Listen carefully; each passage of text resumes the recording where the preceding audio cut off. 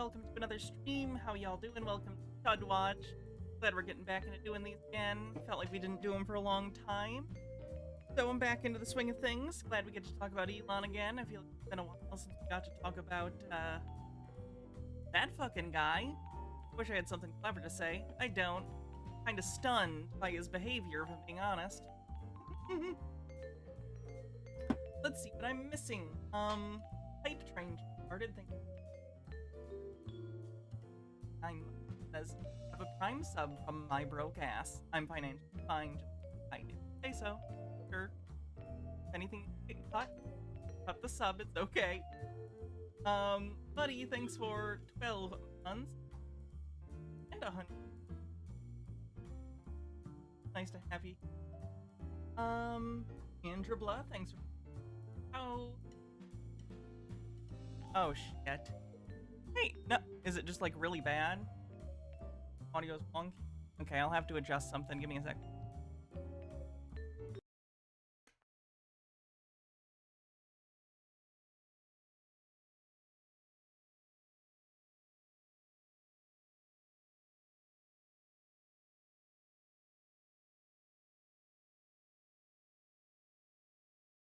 Did the gate reset? Give me one sec.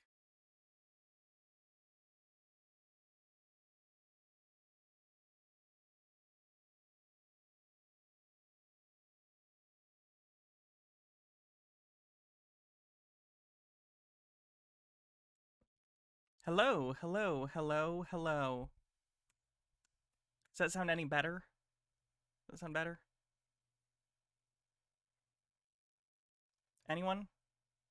Still no? How's it sound? Can you hear me? Other people are saying better. Okay, cool. Sorry, this chat's not working for some reason. Why? Why is this chat not working? Multi-streaming has been a pain in the ass, to be entirely honest. Okay, hopefully that helped a little bit. Cool beans. Much better? Okay, thank fuck. I don't know why that happened. Anyway, welcome, welcome everyone. How's it going? Like I said, Chud Watch. Did I set it to Wumbo? I did. That was my fault. I didn't go to college. I watched SpongeBob instead. It happens. We all make our choices. R.I.P. Hillenberg. Paper Draws and Stuff says, on my way to see two of my favorite drag queens perform. Glad to have the stream while in the car. Make sure you drive safe. But I'm glad I can be your trip entertainment. That's good. That's good. Boxy's pronouns today are they, them.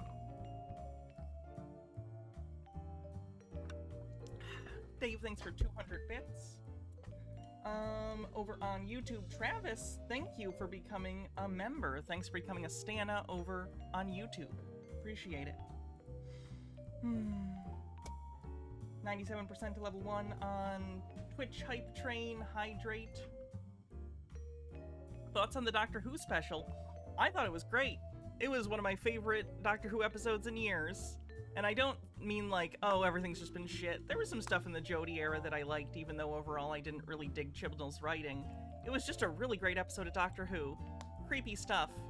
And the little speech Tennant gives about the TARDIS and its little outcrop by the ocean was beautiful. I retweeted it if anyone wants to see it. Dave, thanks for 200 bits, 97% to level 1 on the Hype Train, and I think we can get into it. The Elon thing is quite long. It is an hour and a half. So we'll see how this goes. Also, YouTube, if the stream cuts out, then apparently the New York Times bot got me, even though I would argue this is transformative and fair use. If that happens, you'll have to jump over to Twitch. Just letting you know. This is the interview. I have not seen this yet. I've seen clips, but this is like an hour and a half interview. I know I'm a little late. Aaliyah says, everyone loves Doctor Who, but the body of work is so expensive that it's, or rather expansive, that it's intimidating to me. I don't know where to start. The 2005 series with Christopher Eccleston's good. If that's a little too early 2000s British TV for you, Start with Series 5 with Matt Smith. That's a good jumping on point. Other than that, you can probably just watch individual stories and maybe get a vibe if you're trying to figure out if you like it or not. A lot of people recommend Blink as a first episode. I think that's a terrible idea. That won't give you an idea of what the show's like at all. It'll give you an idea of the universe, I guess, but not the formula of the show. So I'd recommend just, like, Googling it, maybe Googling some, like, different Doctor actors, figuring out, oh, are any of these, like, particular versions of the Doctor interesting to me? And then maybe just start with that Doctor's first episode. It's unconventional, but I'm pretty loosey-goosey, so 30% to level 2 on the hype train. Aliyah just did that. Answer Amazing says, with 17 months, I'm heavy with child. Soon I shall give birth. Okay. There's another mouth I'm not gonna feed. Standard display name with 50 bits. Fenakagami says, hello Hannah, and yay for a return of Chud Watch. Have you seen the new H-Bomber Guy video? Yes, Baha and I watched it yesterday. Very interesting. I found it, like, shocking how it felt like, to some extent, and I know I'm not the only one who brought this up. It maybe even came up, like, in the video, but I don't remember because it's like a 4-hour video. But, like, especially the guy at the end, but people who plagiarize in general on a regular basis, how many of them don't know what they're doing is plagiarism? Because it kind of feels like half the people that H-Bomber Guy talked about just genuinely don't know what synthesis is.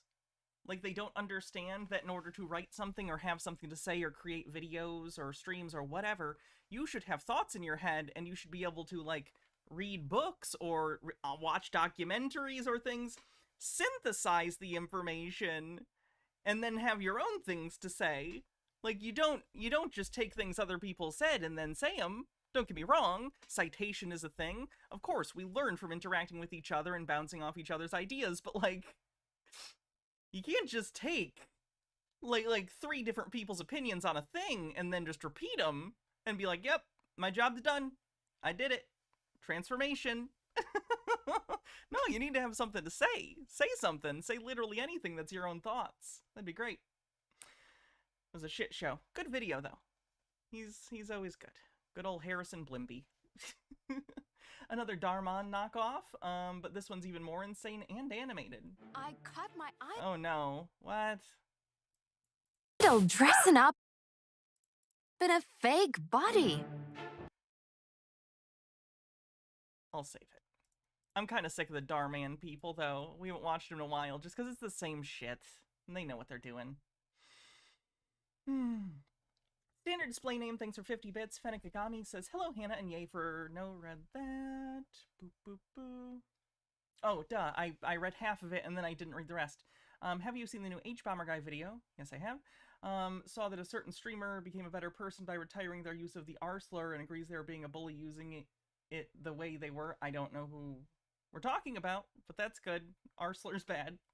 Profane Priestess says, I've been watching the new H-Bomber Guy video essay with my boyfriend, and Jesus, it just keeps going.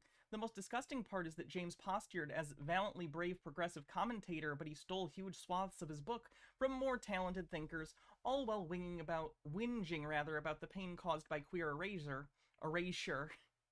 I hope any attempt he makes to rebrand is met with scorn and venom. How is that relevant? Elon does the same by plagiarizing more talented engineers and scientists. Sure, we got there. We got back to the initial point. Yeah, Todd in the Shadows actually put out another video about him today. So if you liked the H-Bomber Guy video, go watch Todd in the Shadows' newest video. Very different than his normal work. You know, Todd in the Shadows, he normally does, like, Train Records, One Hit Wonderland, different things regarding music, but he did, like, a whole video just debunking that guy.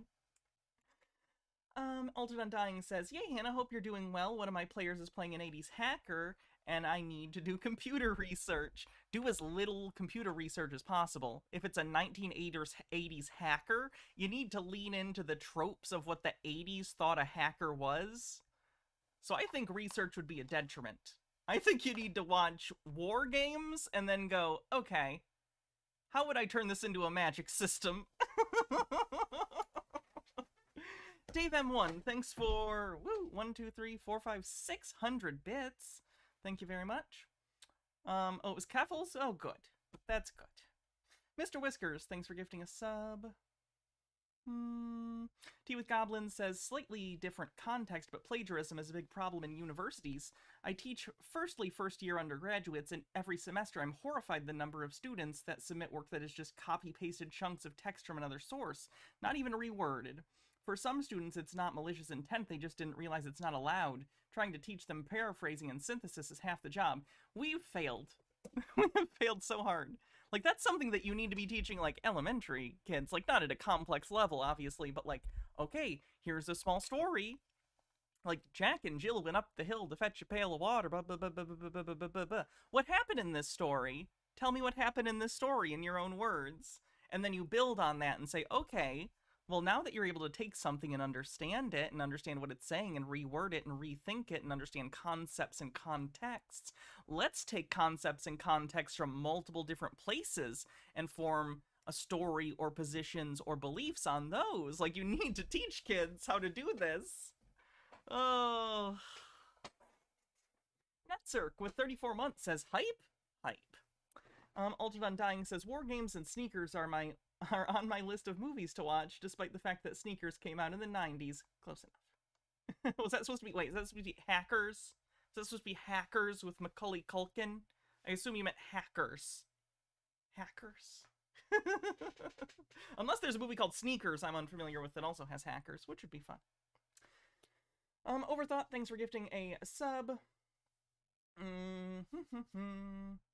And Enchanted Nightshade says, have you seen the Cybertruck crash test video? Critical support to Tesla marketing death machines for Chud. This is... Oh, I will show you. It's out there. Terradona says, it's why reading comprehension is a major factor in whether a kid gets selected for gifted programs. Yeah. I wish I'd been in an when I was in elementary school, I was at that fundamentalist Baptist school. That sucks. I was a smart kid. I kind of wish I would have gone to public school in elementary. Maybe someone would have noticed, like, oh, this person can do things. Let's do something with that, other than trying to teach them biblical literalism. I've done okay. Tea with Goblin says, one of my favorite anecdotes, a few years back, there was an assignment that was a book review. One student submitted a paper that triggered the plagiarism detection software. She just Googled the book and copy-pasted its description from Amazon, and this is why academics drink. Oh. Dave M1, thanks for another 600 bits. Ooh, 72% to level 3 with 45 seconds left on the train. Yeah. Engine. His guest. The conversation starts here. Is he gonna do a tiny desk concert? For being with us throughout the day, and I couldn't be more pleased. Quiet compared to the video? Fix that. Hello. Maybe that'll be a bit. To sit with Elon Musk as our final interview. And another 600 bits, Dave M1, 91% to level 3. This remarkable time we've all had together. He doesn't need much of an introduction, but I want to say a couple things. Stello Gaming, thanks for 500 bits, and Jay Rodimus, thanks for 24, says 2 years. The richest person. Yeah, Elon's a joke.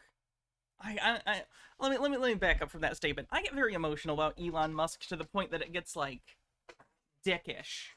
And I try my best. I really do. I try to not be an asshole. Let me put it that way. The asshole gets the better of me sometimes, though. You know? I'll try and do my best today to try and balance it between, funny, and me just genuinely despising him. But I just want to be clear, that line exists, and I may cross it. And I apologize if I do. I'm gonna try and just not freak out about this, and the fact that one of the most powerful people in the world is this. It's this. Like, this is even separate from the idea and the anxieties surrounding, like, oh, our system fundamentally works to give some people most of the agency, and that usually comes in the form of, like, money, wealth, because wealth translates to power and influence, right? So even outside of the fact that the system itself is fucked, just seeing that the system is as such that someone this disconnected from reality, this susceptible to propaganda and, like, just out there thinking, is just de facto one of the most powerful people in the world due to his wealth. That's a scary thought. 20% to level 4 with 3 minutes left. Person in the world. He may very well be the most most consequential individual in the world right now. He runs the most innovative companies in the world, Tesla, SpaceX. You can say owns. You can say owns. I kind of wish they just said he owns. He's a majority shareholder, board member. Starlink. Like, rhetorically, when we're saying here he runs it, what are we even really saying he's doing? Because the verb running here kind of implies, you know, in your head, the connotation is, oh, he's kind of managing. You know, if it was a restaurant, I'd imagine he'd be pulling slips and finalizing orders before they went off the pass, you know? As far as I can tell, Elon's a guy who has a bunch of money and puts money into things. Sure, that's a thing that's important in the functioning of our economic system. You need that to get things off the ground. But what is he adding of value that's Elon's? Really? You know what I mean? Like, he's giving money, but other money exists in the universe, you know, in the world at least. Why do you need Elon's money? Kinda seems that's a shame that he's so intrinsically tied to these companies when he bought into Tesla and SpaceX. And now he's like, I'm the founder of Tesla. Even though he didn't. And he gave himself the title of head engineer, even though he has no engineering degree. So that's a shame. Clyde, thank you for 3 months as a Stana over on YouTube. Says, hey Hannah, hey chat. Hello, hope you're doing well. Some stuff I missed. There is apparently a movie called Sneakers. Okay. Stello says, what do you think about MTG and Comer claiming to have evidence of Biden's corruption, evidence in the form of personal checks, the most well-known form of hiding corrupt payments? Wasn't one of them literally that he gave his son a loan, and then the son paid the loan back, but without interest? And people on Fox were like, that's suspicious, not understanding that I don't think most people would charge interest to their child on a loan. Oh. Straboli says, don't worry, we've been a hater for years of this, quote, genius. You helped me not fall into thinking he's a hero, and you were vocal about it before it was popular. You'd a real MVP. I was far from the first. But I am glad that I was at least a small cog in letting people know Elon Musk is a douchebag and not very smart. Finikagami, 30 seconds left on the hype train, says, on the subject of schooling, my niece went to a Christian private school for pre-K and is now in public pre-K. Her mother is of the opinion that public pre-K is an improvement. Granted, the private school wanting to hold her back because she's a 4-year-old with a learning disability that caused her to struggle to talk didn't help. Yeah. The thing about private schooling is it is so in this world of, like, religious indoctrination, and, like, I'm not trying to be pretentious, like, Reddit atheist. That's not what I'm doing. I'm not being anti-theist here. I'm specifically talking about the culture of private schooling in the United States.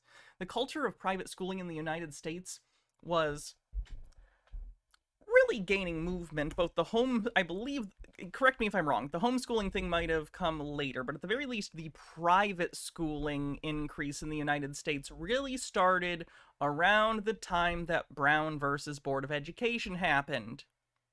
Can anyone in the class tell me why they think there was such a rise in private school education and advocacy for it using public funds after Brown versus Board of Education? You can imagine. So,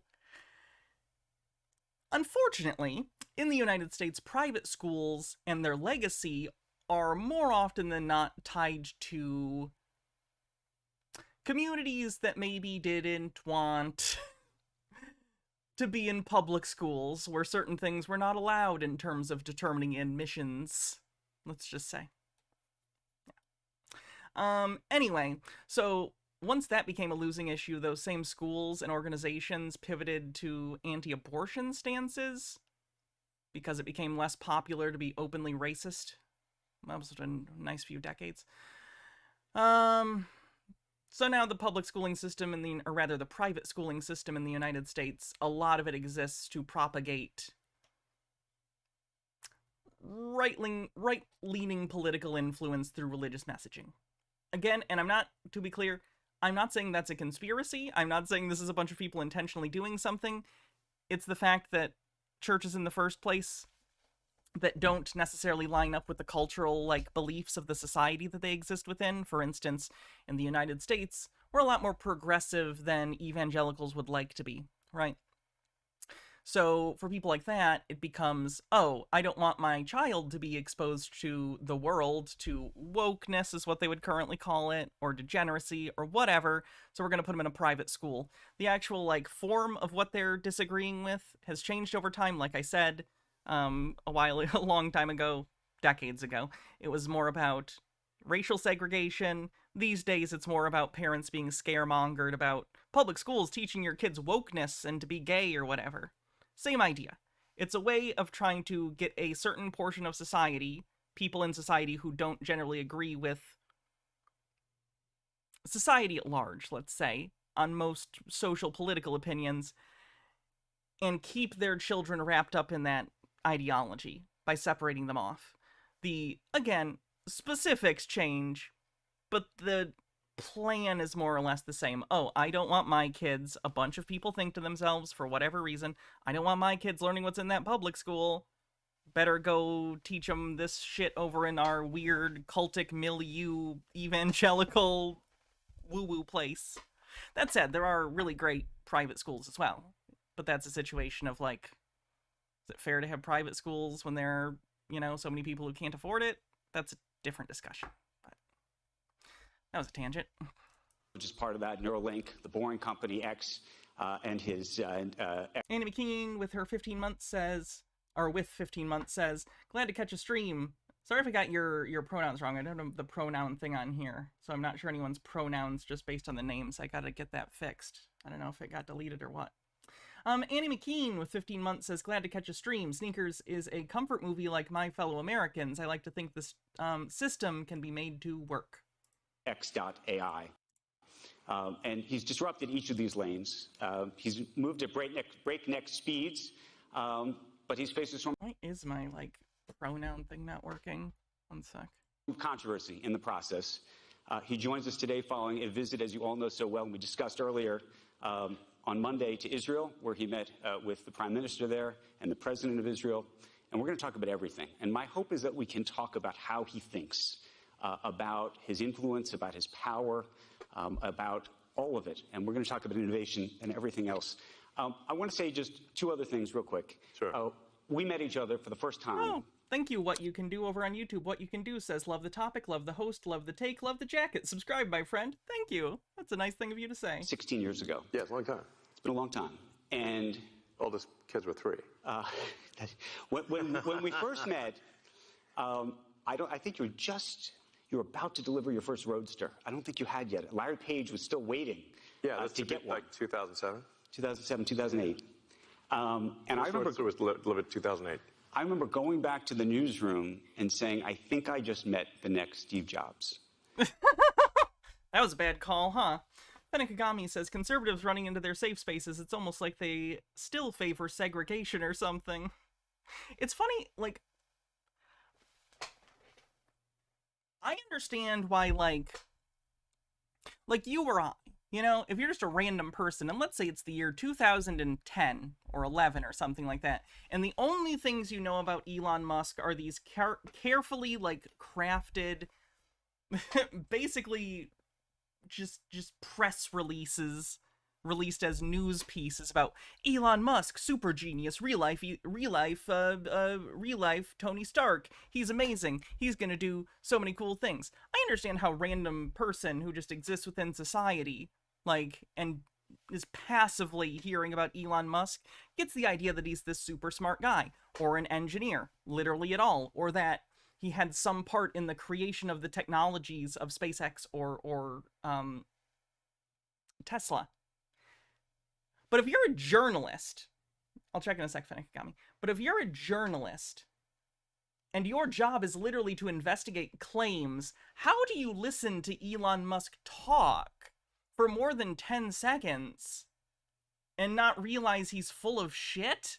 Like, I would imagine he's probably gotten worse over the last decade in being able to keep his mouth shut. It's pretty clear at some point he got pushed down a weird radicalization pipeline. Like, he was already, like, a libertarian who grew up in apartheid South Africa to rich parents who owned an emerald mine. So, like, you know, that fertile is already seeded with all sorts of fucked up stuff.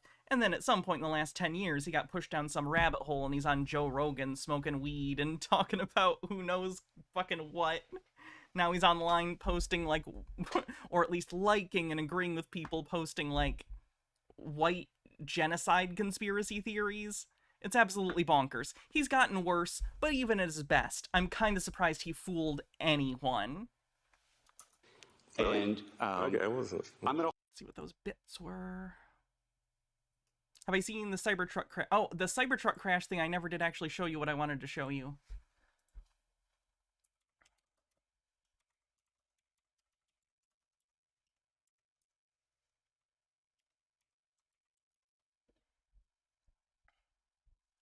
So we watched this actually on a public Joe Mania stream once. When I was a kid, there was a special I watched. It was like a VHS. It was the Crash Test Dummies. 1 second. It's like Buckle Up for Safety or something. Stello Gaming, thanks for gifting 10 Tier 1 subs. And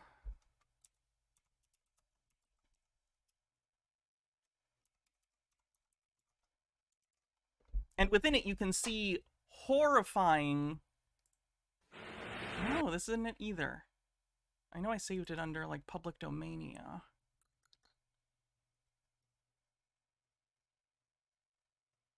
Let's see.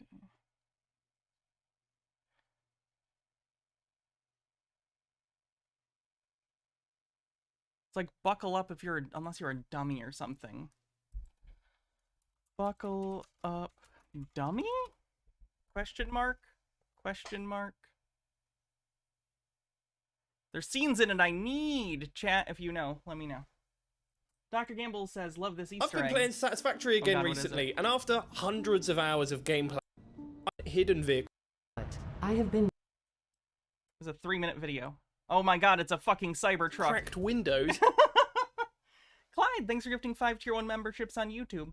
Fennikagami says, Elon is Tony Stark just without the genius or heroism. In other words, he's Tony Stark without any of the parts people like about Tony Stark. Yeah. Anna McKeon says, don't be a dummy. Don't be a dummy. VHS. Don't be a dummy. Seat belt. Did it get taken down? I just feel like we watched it relatively recently. There it is. Ask any dummy. Seatbelts make sense. These are the things I wanted to show. And it's how crumple zones impact, like, damage taken in a crash, and why it's important that there's, like, crumple zones and seatbelts and stuff. And it seems like the Cybertruck just said, fuck it, I don't care about physics. I want to look like I'm in an anime. Every week we have close encounters of the dashboard kind in order to get people to buckle up. But you don't need your high beams to see that for one reason or another, not all people are using safety belts. So I've been thinking, maybe we can develop something for the people who don't wear their safety belts. Rate of change F equal is defined being the product of mass times velocity. The time rate of change of velocity is defined as the acceleration. So, Force equals mass times acceleration. Stopping really quickly, that's acceleration. Deceleration or negative acceleration. So force equals mass times acceleration. Your mass decelerating incredibly quickly and hitting something is going to hurt a lot. F equals ma. You need to make the acceleration slower. You need to absorb some of that. Yeah, I'll buy that, yeah. Yeah, that's common knowledge. What's it mean? It means the force is equal to the mass times the acceleration. You're saying... The force that you're interested in is related to both speed Thanks, and Minky. weight. In the rapid deceleration of a car crash, a highly inelastic event, I mean, we're talking about enormous force. If a 15-pound baby and a 150-pound adult both slow down at the same rate, as in hitting a wall doing 30 miles per hour, the force produced by the adult is 10 times the force of the baby because the adult has 10 times the mass of the baby. Also, the baby is way drunker. Now, if the child is on the adult's lap and they're both unbelted, the child will be crushed by the force of the adult as well. Yeah, these are horrifying. This is what happens when you can't have things that absorb. These are dummies, of course. I know these are shocking videos, but I watched this video when I was like 8, so you can watch it as an adult. You're fine. They're dummies. There's no gore. Be crushed by the force of the adult as well. Hey, you don't want to stop really quick. This happens. You don't want this. A force similar to dropping a 300-pound weight from a height of 20 feet. Ouch. Of course, it makes all the difference in the world if those forces are absorbed across the length of the body by the restraining action and protection. I want to remind you that this PSA came out in, like, the 90s, late 80s, early 90s, which was a long time after we understood seatbelts. Like, the concept of crumple zones are not new, either. What are they smoking at Tesla? Of properly used child seats, airbags, and safety belts. No safety belts. That's the whole point. We're going to help people who don't wear their safety belts.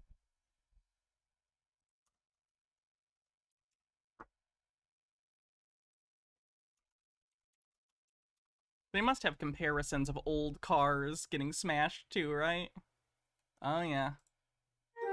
From Consumer Reports.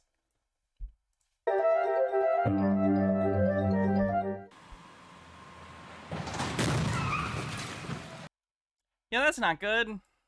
That's just murder. Holy shit, old cars were murder machines. Stello Gaming says these PSAs led to an inexplicable rise in the crash test dummy popularity, peaking here. Look at that later. That's the Insurance Institute for Highway Safety's. No, the Tesla Cybertruck has seat belts. It does not have crumple zones. It's inelastic in design. So like new cars are designed with the idea for it to absorb the impact. Like you don't want your car to not take any damage during an accident because a lot of that damage is intentional. A car is built with crumple zones in the body of the vehicle. That way if enough pressure is applied, the entire body of the car doesn't collapse, but those crumple zones move in and it absorbs a lot of that force so you don't decelerate too quickly that your insides turn into pudding.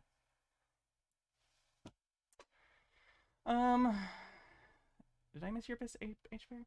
Where? I did. In a lot of ways, Elon is the next Howard Hughes. When he lost it, Howard Hughes did fun things like refused to bathe, kept his urine in jars, and bought a TV station that played the movie Ice Station Zero on continuous repeat 24/7. He didn't try and platform Nazis. I also probably don't think we're going to get a Citizen Kane out of this one. That's a shame. There are still people who oppose seatbelt laws. I know. I'm aware. Consequently, the Bel Air receives a poor rating across the board. So yeah, don't not have those. Here's the Cybertruck. To come back to the original point. And notice how quickly it stops.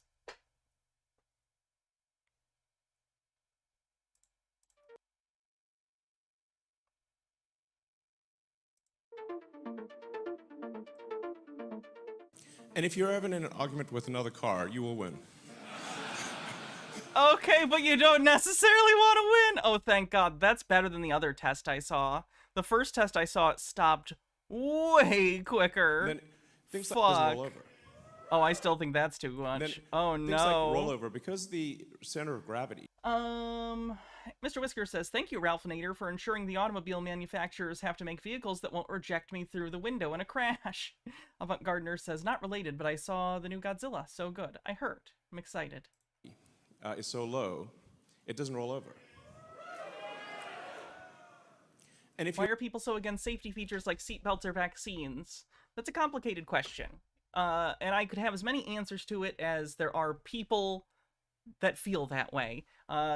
People's beliefs are highly personalized, so the idea that there's a catch-all is a little tricky. You can find broad patterns of behavior, and you tend to see people who buck against authority. It's possible that their, like, own conception of their own agency is so low that they feel the need to buck against it. Conspiracy theorists do this all the time. They feel that they are powerless, so in order to try and fill that gap where they feel powerless, they will insert a fantasy worldview mythology where they are empowered, where they are the secret, like, chosen one, or group of people who know a big secret no one else does. Like Chris, CC here, Westchester County. That guy's doing that, basically. You know? And that leads to all sorts of knock-on effects. The more likely you are to believe in one conspiracy, the more likely you are to believe in other conspiracy theories. Now, that's not necessarily always causative, there's just corollaries, but the idea is that if you think there's already a big global conspiracy about one thing, well, what's another one? You know, you already think there's a big giant network of people controlling the world intentionally, that have clear goals and, like, ways to get the thing they want done for sure. Why wouldn't there be more conspiracies if you believed in one? So that leads to people believing all sorts of stuff, whether it's conspiracies or just beliefs that are knock-ons of other beliefs based on false assumptions about the world, or them lashing out against some sort of insecurities they have inside. Okay. You're ever in an argument with another car, I've been reading Lacan today. you will win. PK the Lost, thanks for 36 months.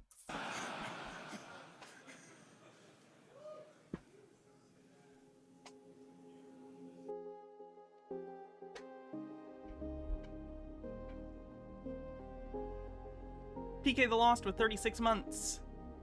That is 9 months. This sub baby's name is going to be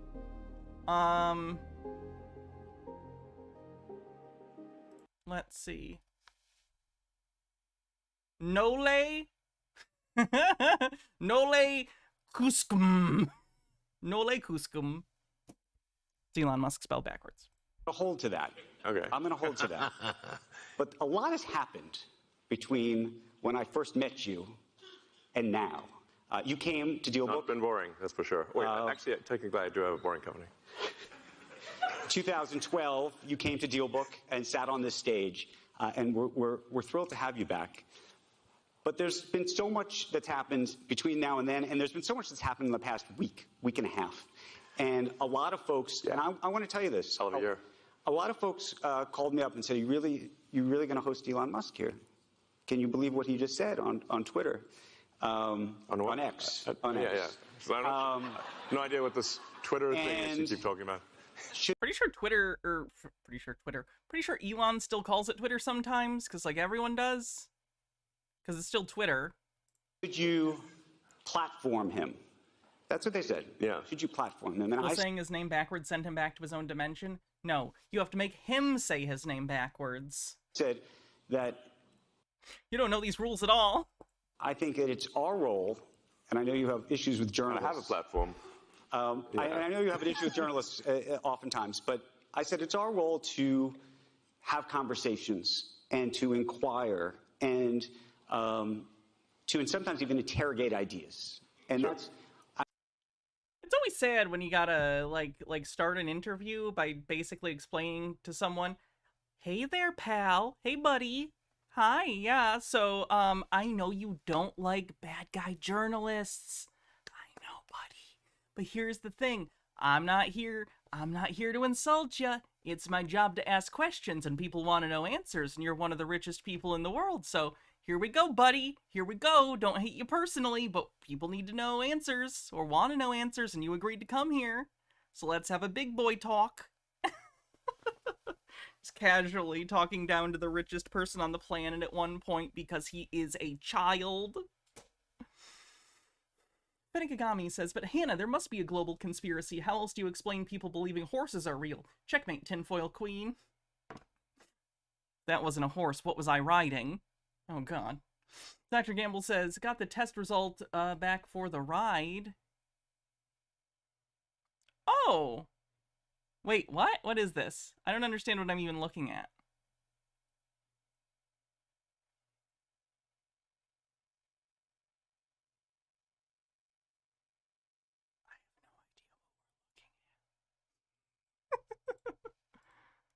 I'm hoping we can Roller Coaster Tycoon? Gotcha. do that. So I want to start just so we can begin this conversation and just level set. Take us through everything that happened, if you could. Everything? No, over the past week and a half. How long have you got? We're going to... We've got the time. Okay. You send out a post or an X or a tweet. Yeah, I don't know what post, you want to whatever, describe it as. Just whatever. Good branding. Good branding. If only we had already had a name for posting on our website that was so common and so ubiquitous that it was added to the dictionary. Whoopsie. Sky Comet says it's Twitter or the bird. If Elon is going to dead name people, we should all dead name his app. Don't call it X. I don't like to frame it that way because that makes me feel dirty, because I would never in real life, like, let's say, and I know it's a joke, it's tongue-in-cheek, but in my head, in real life, even if I hated someone, I wouldn't misgender them, so that's a bad call. I would just say, it's Twitter. It's not even like I'm mad at it. If it really did change its name to X and everyone agreed and it was like, whatever, cool, I don't give a shit. Things rebrand all the time. I think it's the fact that it's so sad. I think it's the fact that it's so pathetic and virtually no one uses the term X. Like, he wanted it so bad and everyone just kind of collectively said, nah, it's Twitter. And we all moved on. And whenever he tries to, like, force it, it's very funny in a, oh, this is uncomfortable kind of way.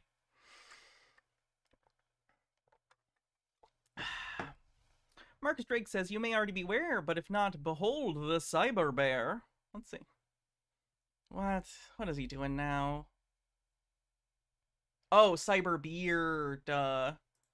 Like after he did, what did he do last time? I know Tesla's put out multiple, like, limited alcohol brands. I'm trying to change, like, when things were just 140 characters, it made sense to call them a tweet, because like a bunch of little birds chirping, but when, you know, the point at which you can put, like, 3-hour videos on, it's like, it's a very long tweet.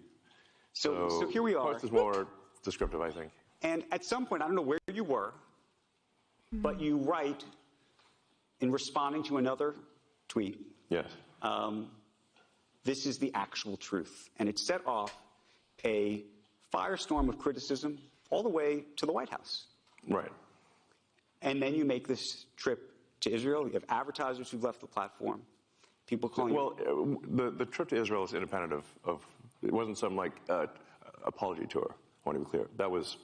Okay, well, let's talk about that. So just take us back to the moment at which you write that.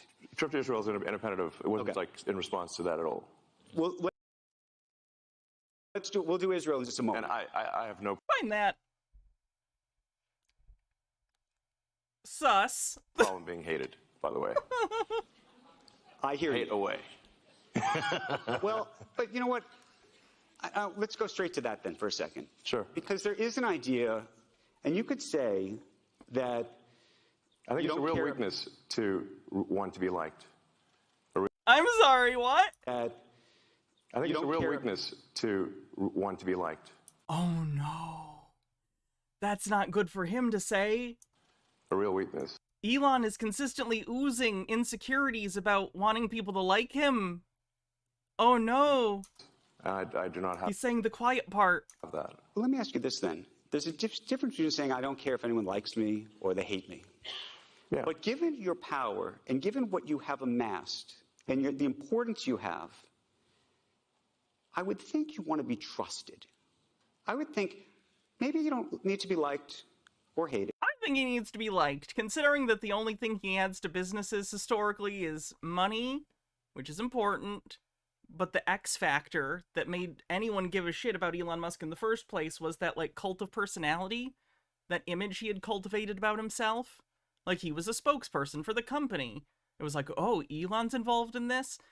People, in marketing terms, basically associated him with the future. Ooh. And he just took that entire brand and destroyed it. And then did the same to Twitter. It's actually kind of funny. But trusted matters. If X is going to become a financial platform where people are going to... Since we mentioned the rename, Brand X. Brand X. It's simple and plain. Brand X. It's different but all the same. Dr. Worm says the CEO of Twitter tweeting after this interview to do PR damage control reminded me of that Twilight Zone episode where the parents are afraid of their supernatural child and they have to smile and say nice things while the toddler makes a mess and breaks things. Yes, that A Nice Place to Visit, I want to say, is the name of that episode. Going to put their money... Isn't it? Right? No. Wait, no one tell me. The one with the kid. There's the stop motion dinosaurs on the TV. Sends people to the cornfield. The guy turns into the Jack in the Box. Fuck it. Money where people where the government. Sky Comet. Wait, when did you send bits? I didn't get any kind of notification. I'll look. KC Crew Chief, thanks for 8 months, says, hey Hannah. Hello, how's it going? Elon is a shitty Steve Jobs. Steve Jobs is a shitty Steve Jobs, like as a person, morally. Dr. Worm says, the CEO of Twitter tweeting after the interview to do PR damage control reminded me of that. I just fucking read that. I'm nailing it. Alright, where was that bits? Sky Comet says, it was a joke. Also, I'm still calling it Twitter because X is stupid and sounds like a porn site. Sounds like a lazy porn site. It's going to give you money for rockets, where people are going to get into the cars. They need to ultimately decide that you are, maybe they don't have to decide that they love you, but that you are ultimately a decent and good human being. Yes, I mean, I think I am, but I'm certainly not going to... That's not what he said. Other people need to. That's the point of this. This isn't about you. This is about other people's perceptions of you. Ooh. To do some sort of tap dance. It's a good day to read the stuff I read today. Just to prove to people that I am. So as for trust, I mean, I think we break that down in a few ways. If you want satellites sent to orbit reliably, SpaceX will do 80% of all mass to orbit this year. China will do 12%. The rest of the world will do 8%. That includes Boeing, Lockheed, and everyone else. So the track record... Right, but that's not you. That's the company. You are the largest stakeholder, I believe, in those companies, or at least a plurality that is immune from being kicked off reasonably unless you do something so bonkers basically everyone wants you to leave. And we're getting to that point. Don't know how it's been impacting Tesla stock, in fairness. That stock's been nutty forever. It's completely detached from reality. But, I don't know. What does he even think he's doing here? Like, does he think he is SpaceX? 99.999999999999999% of the work has nothing to do with him.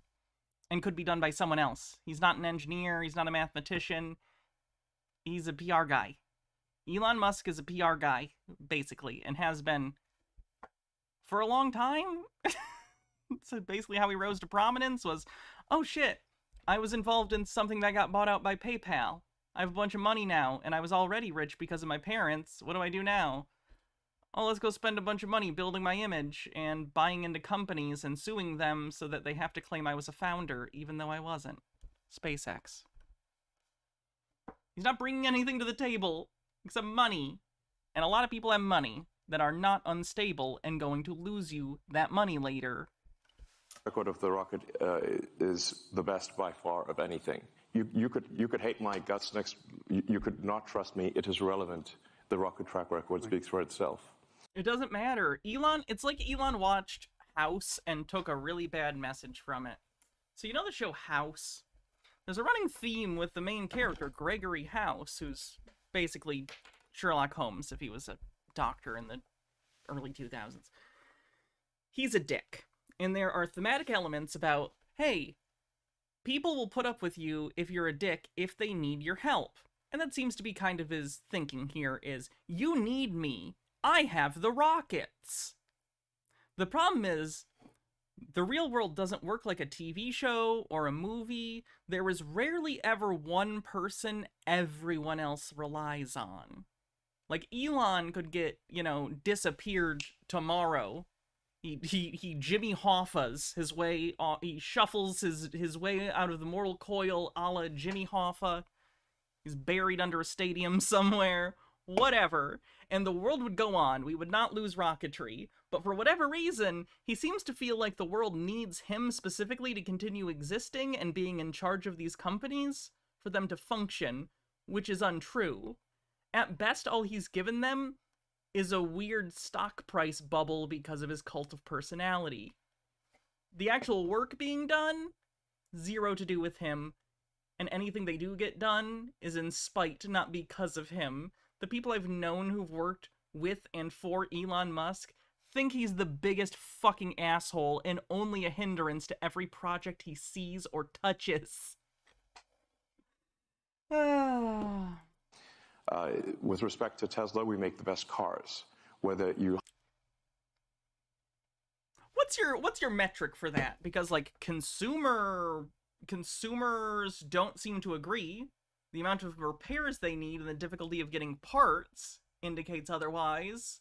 Like, where's a poll that says you're the most popular, like, car of people who have actually bought the cars? I recently saw a poll, and it was way lower than I expected. It was like halfway down the pack in terms of people's public perceptions of car brands. What a society. We gotta sit here and look at charts about car brands to determine things about how someone's political motivations and what they're saying on the internet are impacting their businesses. I don't like this game. The rules aren't fun.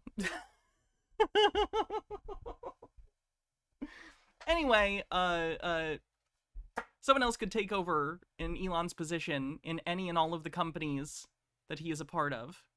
And if he had created or been a part and benefit of a company, then that should work without him. If a company collapses without you, that was a bad company. Just putting it out there.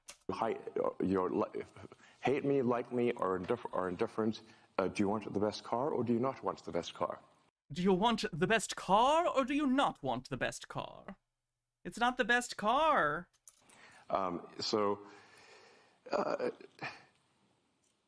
So I will certainly not pander. And Jonathan, like... Unless you're a Nazi. Then he'll pander to you. The only That's hyperbolic. reason I'm here is... More like crypto-fascists and crypto-Nazis. Because you are a friend. Like, what was my speaking fee? You're not making any... First of all, I'm Andrew, but... yeah, sorry. It's okay. Second of all, we've known each other for a very long time. Andrew Sorkin. Did he just say he's smoking? Did he smoke weed right before he came out here? Holy shit, this guy's unhinged. With respect to Tesla, we make the best cars. Whether you hate me, like me, or indifferent, do you want the best car or do you not want the best car?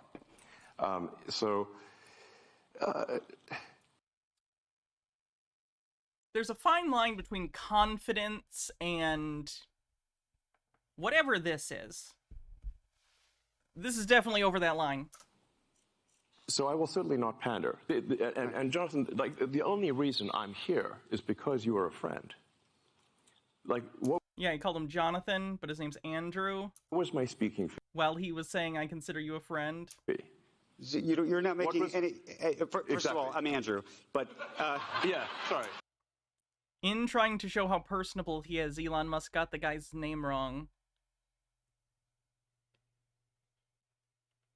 Good job. It's okay. Second of all, we've known each other for a very long time. Andrew Sorkin. Jonathan is my friend, too. He's also very real and in the room with us right now. Yes. And... He thinks it's fucking hilarious. Listen. You know... What I'm trying to illustrate is that sometimes... Oh, it's like he's a drunk frat boy, but on a national stage. Holy shit. Sometimes I say the wrong thing. I think there are a lot of people who are tired, but let me go back. No. You should hear the sketches that SNL wouldn't post, by the way. Those are really good.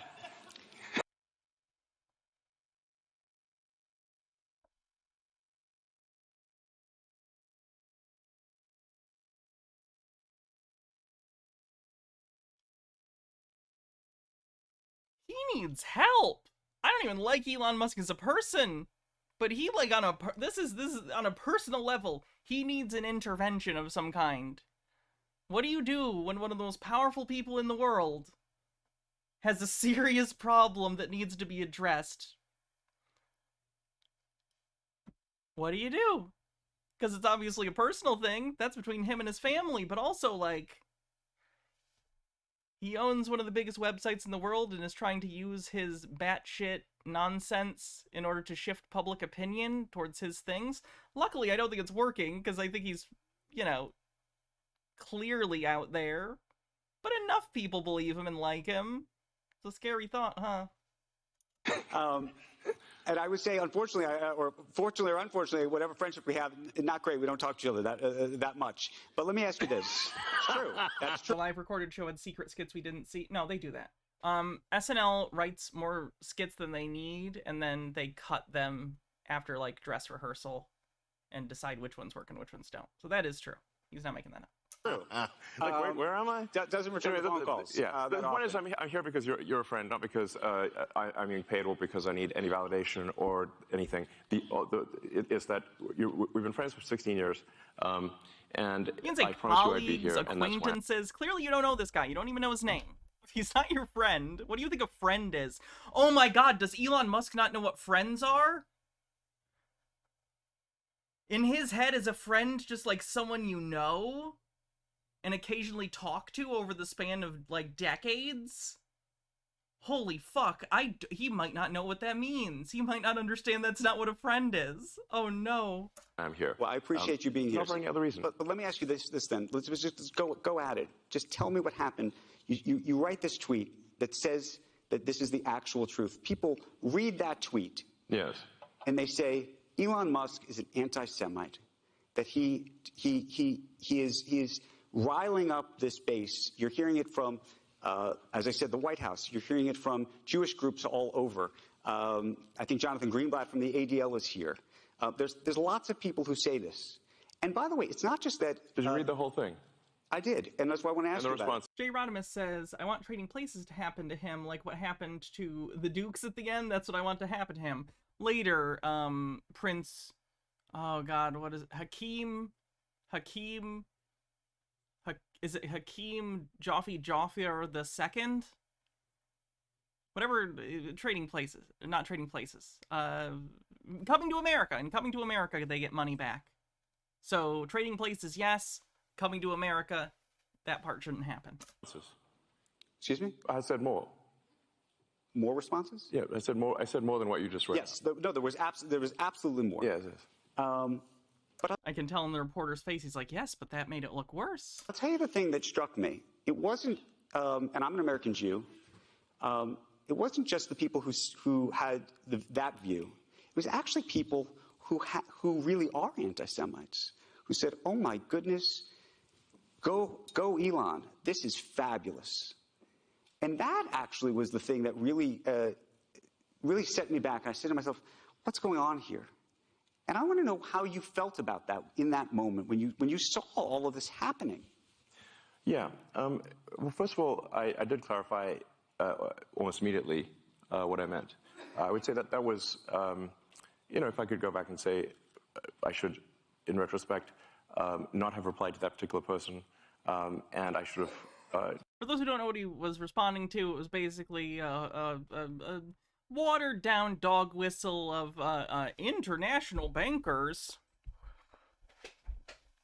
rule the world and do all these sort of things.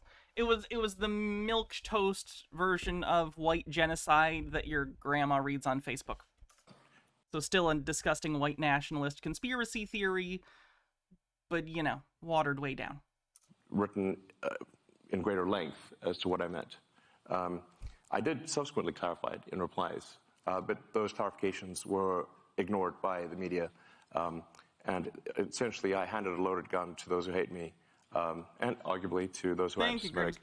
And for that, I'm quite sorry. You're right. He did actually say the Jews too, or at least it was directly in relation to that. That was not my intention. I just don't understand. Like, even if you're, let's give a hypothetical for a second. Let's say Elon Musk isn't anti-Semitic and he's just a self-interested narcissist. I don't know that to be a fact. This is a hypothetical. I'm giving him the best possible interpretation of this. How do you still not see that and go, I should not agree with that statement because that's going to come off a certain way? Like, how could he see this and like, agree with it not... There's no way of interpreting this. There's no way of interpreting this. I'm trying to be so charitable. There's nothing to say. That's fucking disgusting. That's fucking gross. Yep. Elon Musk just promoted, like, anti-Semitic conspiracy theory. Great. Fucking asshole. So I did, post on my primary timeline to be absolutely clear that I'm not anti-Semitic. And that I, in fact, if anything, am philo-Semitic. He's philo-Semitic. Got that? And the trip to Israel... He knows words. That's the opposite. He loves them. Before any of that happened. It was neither here nor there. Do you see this thing? Mm-hmm. Do you know what it is? That's an IDF dog tag. Why?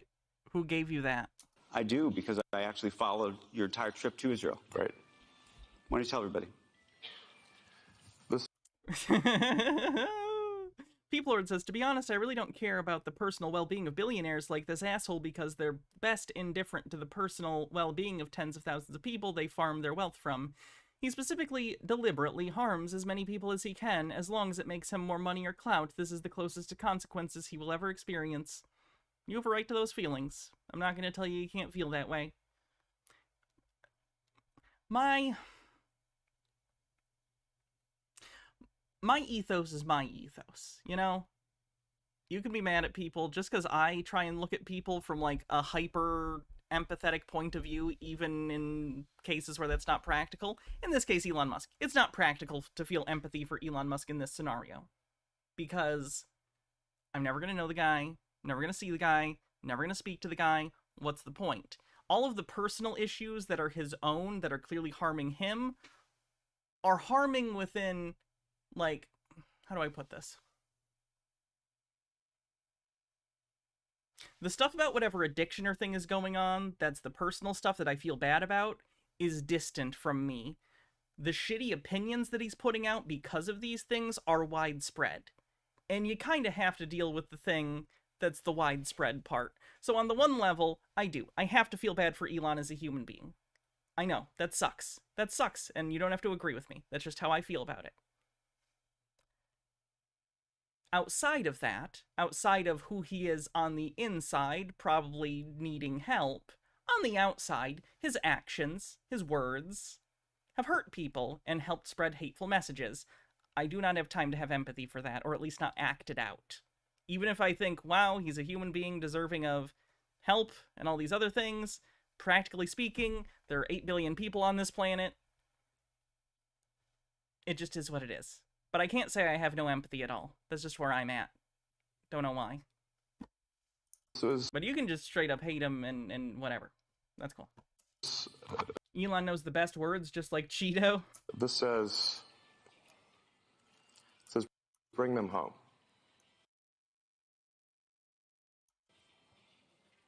The hostages. It was given to me by the parents of... I'm gonna vomit. Peoplelord says, that's why I appreciate you. You're way better than me. Oh, well. Batman feels better than other people when he doesn't kill the Joker, but then when the Joker blows up the hospital, Batman doesn't feel so good, does he?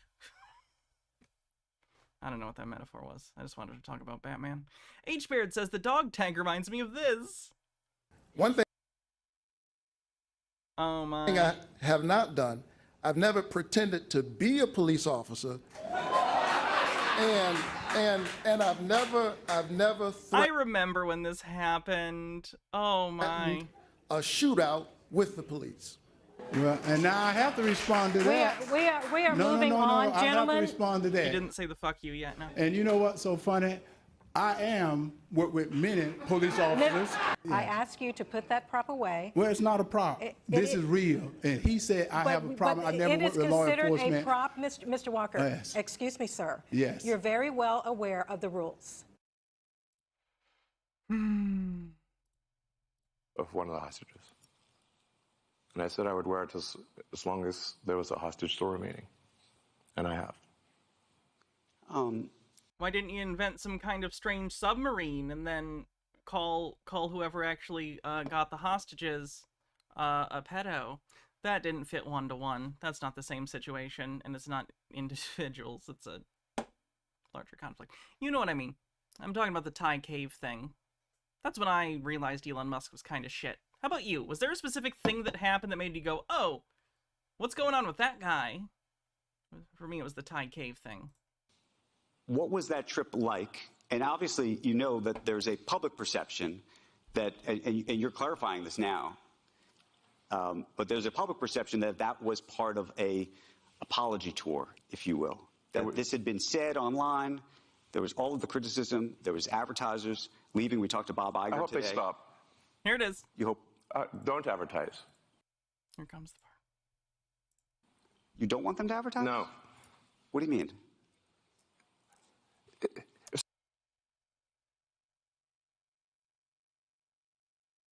The machinations of his inner mind are an enigma. So if somebody's going to try to blackmail me with advertising, blackmail me with money, go fuck yourself.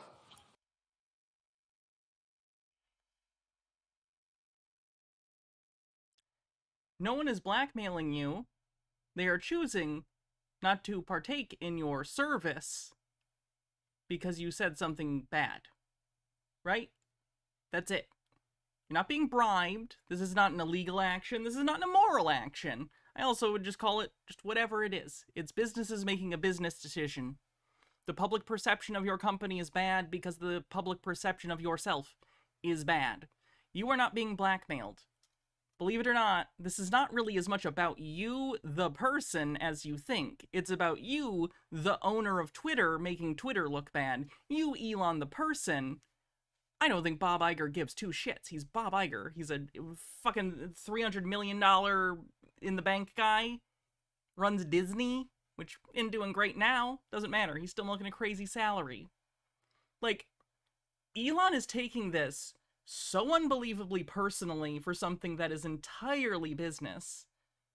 And I wonder why. Does he know the difference? Does he know there's a difference? Dr. Worm says, it's very telling he refers to Twitter's primary revenue source as advertisers choosing to take their business elsewhere as blackmailing. Yeah. I was trying to think what else. I don't think he understands the fundamentals of the business he bought. But go fuck yourself. Is that clear? I know we saw that in clips previously, but goddamn, seeing the lead up makes it make less sense. Like, I at least thought that maybe this interviewer was hyping him up or something, or the interviewer had said something that maybe spurred this on, or that the interview had been going badly. We're only 11 minutes into this. Why is he doing this? I hope it is. Hey, Bob, if you're in the audience. Well, he's trying to be above it all, but he's just coming off as unhinged. Well, let me ask you then. That's how I feel. Don't advertise. How do you think then about the economics of X? If part of the underlying model, at least is he high? I think he did say that he was like he made an offhanded joke about smoking like right before he came out, which might not be a joke. Today, and maybe it needs to shift. Maybe the answer is it needs to shift away from advertising. Notice that the interviewer here, Andrew, looks like Andrew Ross Sorkin. He's trying to throw him a rescue line here, like in an interview. It's kind of funny. He's nicer than me. This is why I couldn't actually be a professional interviewer. A, because I'm kind of a dick and I come off as incredibly condescending. And B, because fuck Elon Musk. But he's being professional here. He wants to... He said misspoken, thank you. The captions made me think smoking, and I was like, oh my god, is he high right now? He still might be high. But there's no evidence of that. That's speculative. if you believe... Oh, what I was saying was he was trying to give him a line here. He's like, okay, but you got to think of the practicalities. Obviously, Elon Musk just said something shocking. He said something so stupid, obviously everyone's going to be talking about it. He told the primary source of his business's income to go fuck themselves. Like, remember when Michael Scott had the apology? And I know I relate things to TV and movies a lot, but it's a point of reference for people. So, you know, in the episode where there was the obscene watermark accidentally printed on the paper of the customers, he did a press meeting, a press whatever, and a lady came and asked for an apology, and he refused, and she said, I'm calling the Better Business Bureau, and he said, I'm calling the ungrateful biatch hotline. This has that vibe. Elon Musk is just Michael Scott, but into apartheid. So that's fun. Believe that this is the one part of your business where you will be beholden to those who... Mr. Whisker says, oh god, it's even worse. He got Andrew's name wrong and it's posted right behind him. Have this view. What do you do? Why? Fucking got him. I understand that, but there's like, he really it's like he hasn't matured since like 14 years old. He thinks just being obstinate is hilarious. He thinks telling other people he perceives as like authority figures to fuck off. He thinks it's hilarious. And don't get me wrong, that can be funny in certain contexts, but not all contexts. Like, he thinks he's hot shit. It's so weird. There's a reality too. Right? Yes. No. I mean, Linda Yaccarino's right here, and she's got to sell advertising. Absolutely. So, no, totally. So, no. Actually, what this advertising boycott is going to do, it's going to kill the company. And do you think that if you're one of the other equity holders in Twitter, how do you feel about that statement? Because obviously the company went private, but it still has private, like, equity holders. It's just not on the public market. Elon is not the only owner. He got financing and other people involved in this deal when he bought Twitter. How are they feeling right now? Because I got to imagine they're pretty pissed that he's fucked the platform. And the whole world will know that those advertisers killed the company, and we will document it in great detail. That's not how this works. No one is obligated to give you money. How are you going to document that? Them not giving you money? We're going to document you not giving us money. Look, here's me documenting Disney didn't give me money either.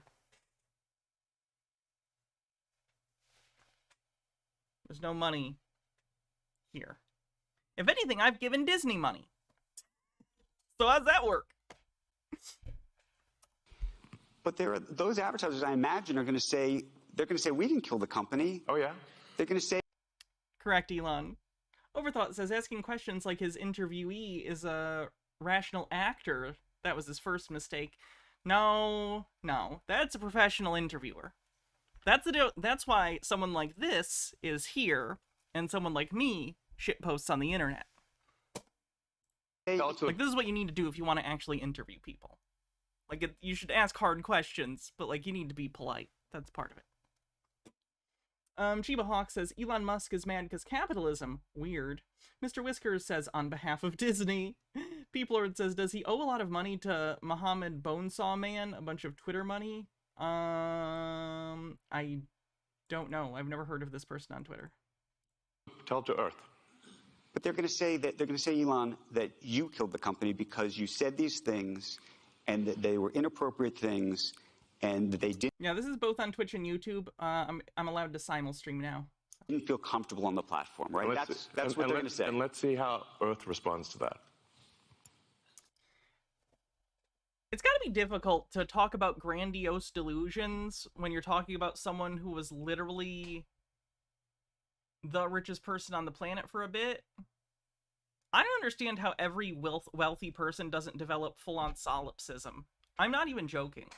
Like, how do you wind up in the world, as it exists, as we perceive it, and you win the life lottery and become a billionaire? How are you in any way attached to reality? You're probably not. But even then, it's usually not this bad. They cover it better, you know? This is one of the things that I think is frustrating when we talk about, like, hey, maybe billionaires shouldn't exist. People being like, what, you don't think they should have the right to... We're not even talking about some sort of, like, weird puritanical ideas about Puritan work ethic. No. This is, like, straight up to the territory of... It would be like saying someone on stage somewhere binge drinking or something, and you being like, oh my god, we should do something about this. This is destructive not only to them, but the people around them. And someone being like, what? You don't want people to have the right to drink as much as they want?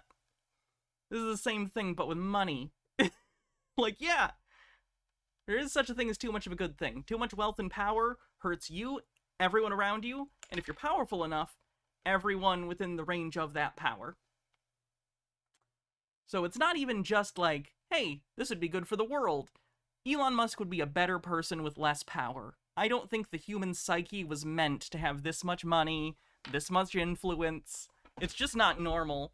It's just not, like, healthy. It really isn't. So, okay, this goes back to... We'll both make our cases. Right. And we'll see what the outcome is. What are the economics of that for you? I mean, you have enormous resources, so you can actually keep this company going for a very long time. Would you keep it going for a long time if there was no advertising? I mean, if the company fails because of an advertiser boycott, it will fail because of an advertiser boycott. And that will be what bankrupted the company, and that's what everybody on Earth will know. What do you think? I'm telling on you, Bob Iger. The whole Earth is gonna not like you. This goes back to the idea of trust, though. Then it'll be gone. And it'll be gone because of an advertiser boycott.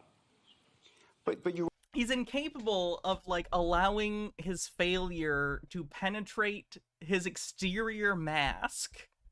Like, Elon Musk, on the outside, he knows that the persona that he has cultivated for himself is that of smartest guy in the room, genius, charismatic, maybe a little socially awkward, but funny and knows nerd things. And it's just not really who he is. It's an image he's put together, but not really him. And then on top of that, being a winner is part of his personality. Being right, being smart. He can't let himself recognize this failure, so instead, in his mind and externally, he has to shift blame from himself and his actions and their consequences back a step to Disney themselves and the other people. Bizarre. You recognize that some of those people are going to say that they didn't feel comfortable on the platform. And I just wonder and ask you and think about that for a second. Tell it to the judge. But the judge... It's the Earth's a judge. You're fucked, Bob. Is going to be... The judge is the public. Yes. Uh-huh. Yeah.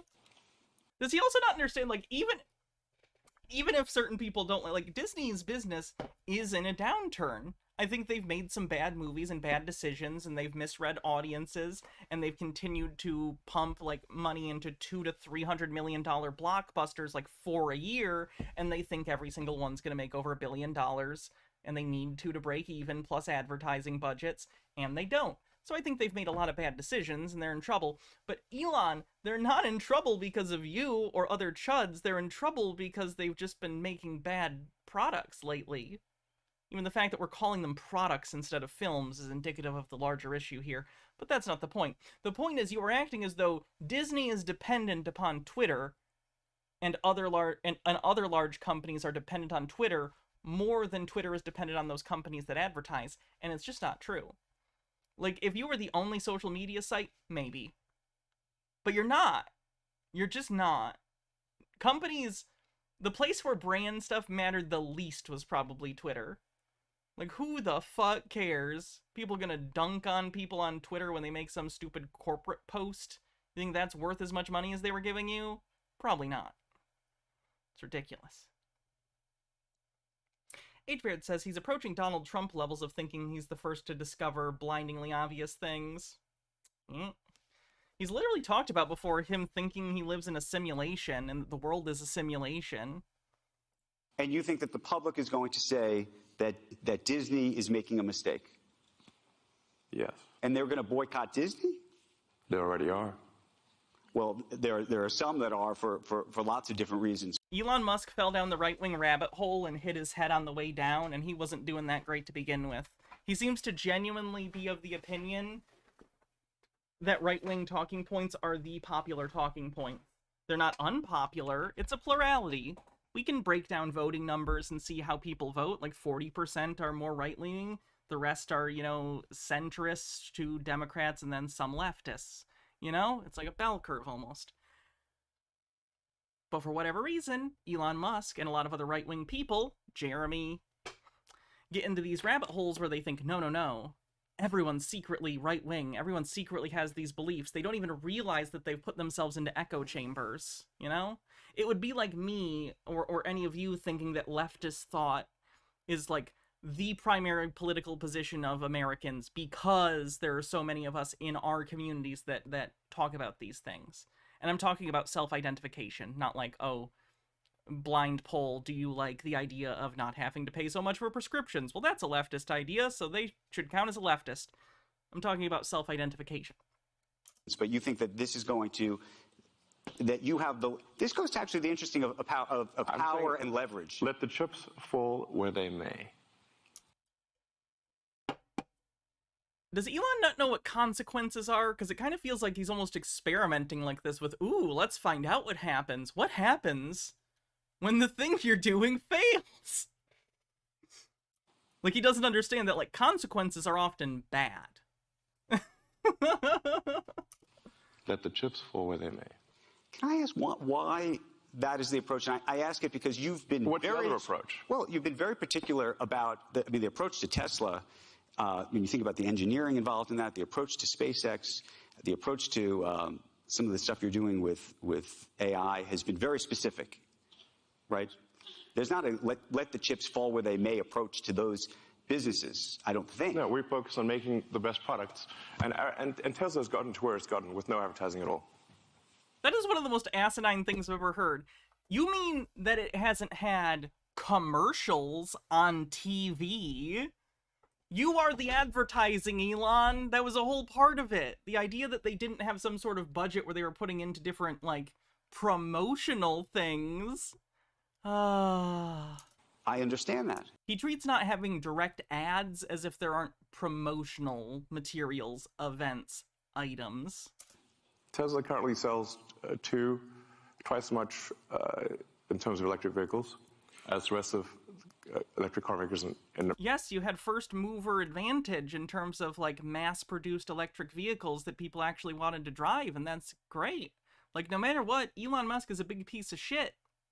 But no matter what, Tesla's, like, not there because of him. He bought into the company and then sued them so they would call him a founder even though he didn't found it. the United States combined. Tesla has done more. Pretty sure he's straight up lying there. Let's see. Top electric car sales. Like, in terms of a plurality, there's probably a bigger, like... I would imagine his is not... I'm not even going to say anything. I'll just search. Why do I try and talk before I do the Google search like I'm trying to predict?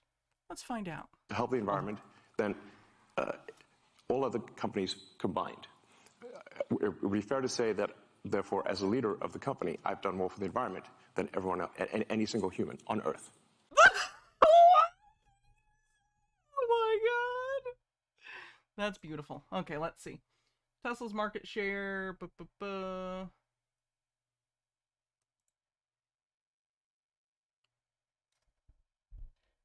Looks like the top manufacturers are Tesla, SAIC. Tesla was at 627,371 in... Oh, this is Q1 and Q3 2021. This is a while ago. Let me see a more recent one. 22. Oh, it's Barron's. I don't have a subscription to Barron's. October, there we go. October 2023. Let's take a look. U.S. electric vehicle sales hit record high. Tesla loses market share, report says. That's an interesting obfuscation. If we're assuming that what he's saying is true, He could be saying it in an attempt to lampshade the fact that even if it is high right now, it's on the downswing because competition is gearing up, which it hadn't prior to a couple of years ago. This one doesn't have just a list.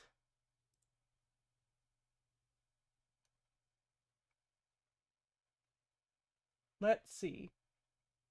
The entire U.S. electrical vehicle market in 2023... In the third quarter, they were at 50%. So they were still the overwhelming plurality.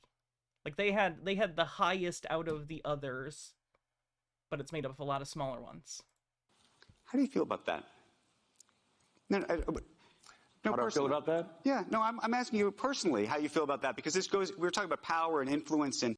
I'm saying what I care about is the reality of goodness, not the perception of it. And what Boomer's Art Attack, thanks for 15 months, says, my internet is crapping out, so watching in 160p 8-bit Hannah. Do-do-do-do-do-do. Do-do-do-do-do-do. I see... Do-do-do-do-do-do. Boo-do-do-do-do-do. Ba-da-bum-bum-bum-bum-bum-bum-bum. Ba-da-bum-bum-bum-bum-bum. All over the place is people who care about looking good while doing evil. What? Fuck them. Okay? Let me ask you this, because I think part of this, by the way, there's some people who said, look, owning X to begin with has just created problems, that you've created so many amazing things that are changing our world. And I know you want to make X this fabulous town square free speech platform, but that unto itself, that has created such a distraction of all of these things. This is the conversation we're having. We're not focused, or we're not talking at least yet, and we will. On Tesla, you have your Cybertruck deliveries tomorrow and everything else that you're doing. But yes, is there any... it will be the biggest product launch of anything by far on Earth this year. Is there any part of you, though, that just says, you know what? I just shouldn't have done this, or maybe I should sell it or give it away or do something else with the X piece of it? Yeah. Given the propensity for some of the things that you do and say on that platform to create these issues. Yeah.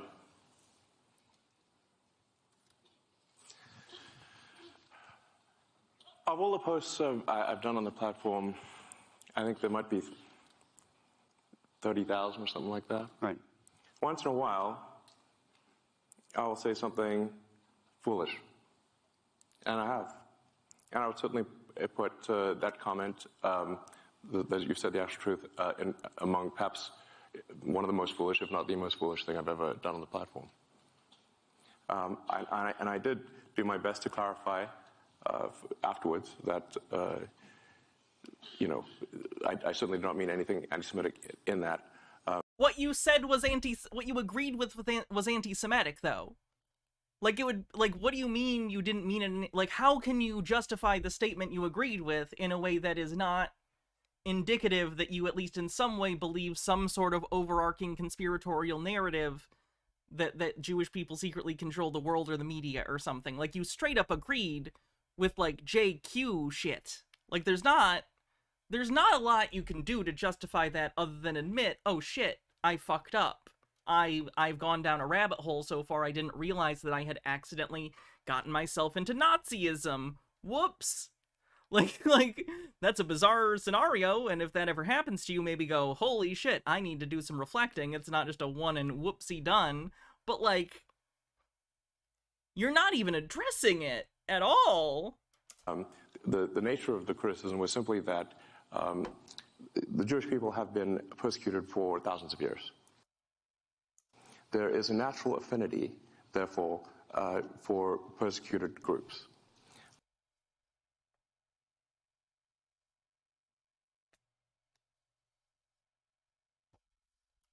This has led to the funding of organizations that essentially promote any persecuted group or any group with the perception of persecution. This includes radical Islamic groups. He's doing this, he's doing the thing, he's doing it, he's doing the thing. Everyone here has seen the massive demonstrations for Hamas in every major city in the West. Oh my god, it's not for Hamas, you fucking loser. Are you kidding me? I've tried so hard not to talk about this topic because it stresses people out, and I like to have a show where we can kind of have some fun and talk about things that matter, but in a way that's maybe not directly related to these issues, so that we can take a break while still educating ourselves and having a good time. What the fuck are you talking about?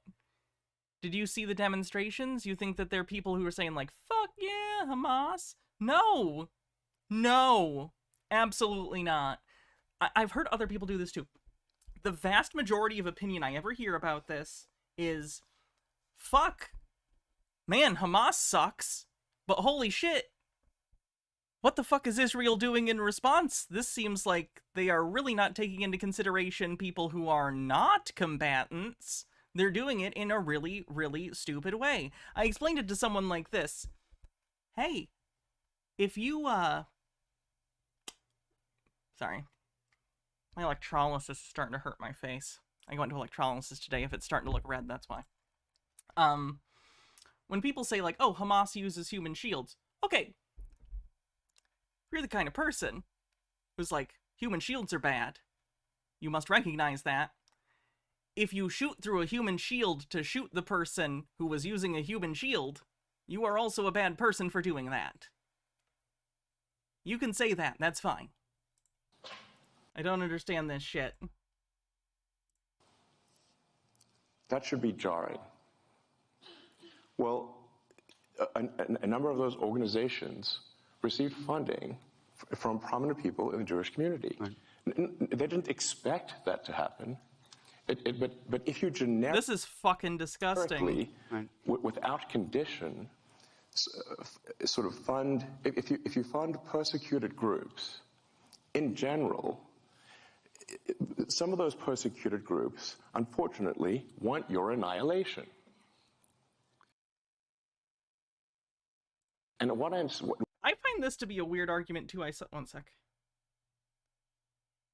Oh, it was just a thing about a prescription. I'm good.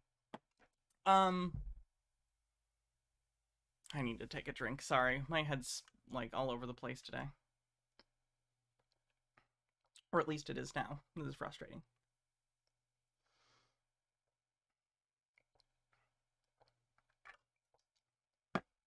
Okay. I don't understand why it's so hard for some people to look at this situation and be like, holy shit. Yes, Hamas is clearly an issue. Hamas sucks. But everyone in Gaza is not Hamas. Most people there aren't. So let's not murder a bunch of people. That's really stupid. Even practically, even if you were a cold, calculating monster, you would think to yourself, ah, this'll radicalize more people into hating us. This'll radicalize more people into growing up, and even if they didn't agree with Hamas before, the kids who saw their parents slaughtered because of this stuff might have different opinions. It's really stupid. It's disgusting. It is stupid. It is frustrating. And then I see people be like, oh, but what about Hamas doing this? First of all, never defended Hamas. Second of all, Hamas is a terrorist organization that exists separate from, like, you know, the world of international politics. They don't have the power to exert on the world stage. You don't have to like them. They suck, like I said. But also, why are you not holding to the standard of the international community the group of people who actively have the upper hand here? Like, you can both say, holy shit, Hamas doing war crimes, but also like, oh wow, we don't have a direct, like, communication with Hamas, and we don't mostly fund a lot of their weaponry and send them weapons. We do that with the IDF. So why aren't you being held to that standard? It's just frustrating. It's frustrating. This whole thing is frustrating. Just wanted to laugh about Elon Musk, goddammit. Chiba Hawk says this infographic puts things into stark perspective.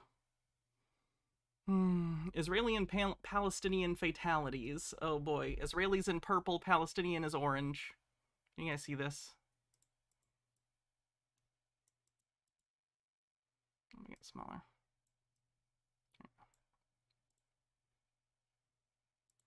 Yep.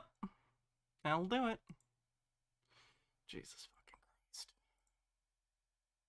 Fenekagami says, this is also blatantly ignoring the fact that just as many literal Nazis support Israel as do support Hamas. Marjorie Taylor Greene, rather, literally said wildfires are caused by Jewish space lasers and she supports Israel. Why is that not causing people to double take? I think a lot of people are familiar with the sort of the, like, fundamentalist view of the rapture. And fundamentalists who believe in the rapture believe that Israel needs to be a Jewish homeland for the rapture to happen.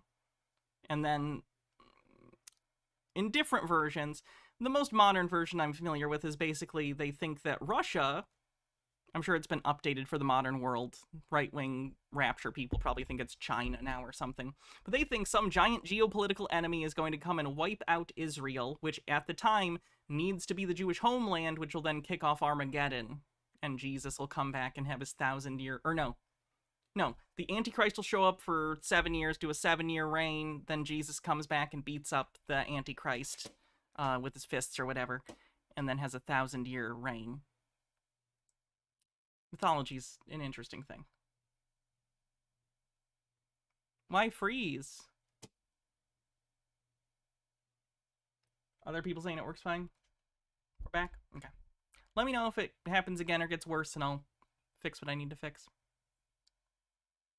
What I meant by that, when I subsequently clarified, is that it's unwise to fund organizations that support groups that want your annihilation. Oh, this is what I was going to talk about. The whole people were like, did you see those people who are LGBT supporting Palestinians? Don't they know that they would want to kill you? Okay, first of all, if you're just a selfish asshole and you only care about people who are the same as you, fuck you. But even if you were, do you think that there aren't people in Palestine who are also LGBT? Even if they're in the closet? You think every single person there has the same positions, views, beliefs, and, like, identity? No. Secondly, I don't want people to die even if they don't like me. Hot take. Do I need to say this out loud? Do people not think this way? You should not want people to be dead just because they might think that of you. Like, if someone is immoral and like, I think you're a sinner, your response should not be, I hope you die. Like, that's crazy talk. That's incredibly unhinged, and you should not think that way. And it scares me hearing so many people kind of imply it based on what they've said about that. Like, yes, people have different beliefs, and you should want to stop them. If they are actively harming someone, stop them. But that doesn't mean you preemptively go, good, someone else is killing them. Like, that's psychotic. That's genuinely something you need to get therapy for, if that's how you feel.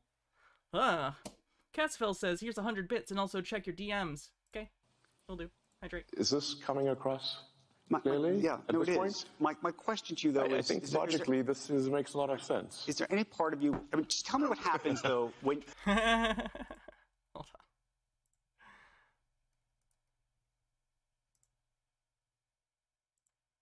It's a video, it's like a GIF emote. It's the Earth is a judge, and then there's another judge. Hold on. Yeah. Fuck yeah, Cassifel. Thank you. Those are awesome. Sky Comet says, there are Christians in Palestine too, but I haven't heard any of the fundies say jack shit about their fellow Christians. I would imagine most of them don't know about it. Mike Mack says, it is said that this onion clip is now real. 24 seconds to 45. Let's see. Rising death toll in Gaza this week, Israel unveiled a new defense system to deflect accusations of human rights violations. Israeli officials praised the new safety structure's ability to intercept an international barrage of war crime allegations. And Jesus Christ. Once all this happens... Let's say you fund a group, and that group supports Hamas, who wants you to die. Perhaps you should not fund them. Right. But he thinks he's so fucking he's like an edgelord 14-year-old, and he thinks this is the peak of genius. He thinks everyone's an NPC normie, and they just don't get it. I'm irreverent. I've read memes on the internet. I know nothing matters. That's a good way to put it. I think Elon Musk has a bit of meme-inspired nihilism, and that's not fun. That's not a good thing to have. You do. Thank you. In the past, if you wanted some sort of intellectually driven ennui, you had to read books. You kids and your goddamn TikToks. You do appreciate that when you wade into these very delicate waters, at these very delicate times, yes, that it can create a real, I mean, as it created headlines for the past 2 weeks, and economic impact. I'm just so curious what in your brain, when you see all this happening, are you sitting there going, oh my God, I stepped in it, I wish I didn't do that? Are you saying, screw them, I hate these people, why are they after me? But all of that. Yeah, all of that. I mean, look. Benigami said, if a bank robber held 20 people hostage and the cops killed 19 hostages to catch the one robber, you'd at least say all the cops should lose their jobs, no matter how pro-cop you are. I'm sorry. I don't even think it's that. I feel like it's more like, the cops killed a bunch of... No, that's right. That's accurate. Okay. For that tweet or post, it was foolish of me. Of the 30,000, it might be literally the worst and dumbest post that I've ever done. And I try my best to clarify 6 ways to Sunday. But, at least I think over time it will be obvious that, in fact, far from being anti-Semitic, I'm in fact philo-Semitic. And all the evidence in my track record would support that. Let me ask you this, though. There are people who say crazy things on X, as you know. Maybe you think they're crazy, maybe they're not. The aspiration for X is to be the global town square. Now, if you were to walk down to, let's say, Times Square, right? Do you occasionally hear people saying crazy things? Yes, but they're not. But they don't have the megaphone, right? And that's the conundrum. Right? No, they can only say it to the 50 or 100 people that are standing there in Times Square. They don't have a I mean, look, the joke I used to make about old Twitter was it was like giving everyone in the psych ward a megaphone. I'm aware that things can get promoted that are negative beyond the sort of circle of somebody simply screaming crazy things in Times Square, which happens all the time. It's actually pretty rare for something, frankly, that is hateful to be promoted. It's not that it never happens. I see it all the time. I don't even go on Twitter much anymore. But it's fairly rare.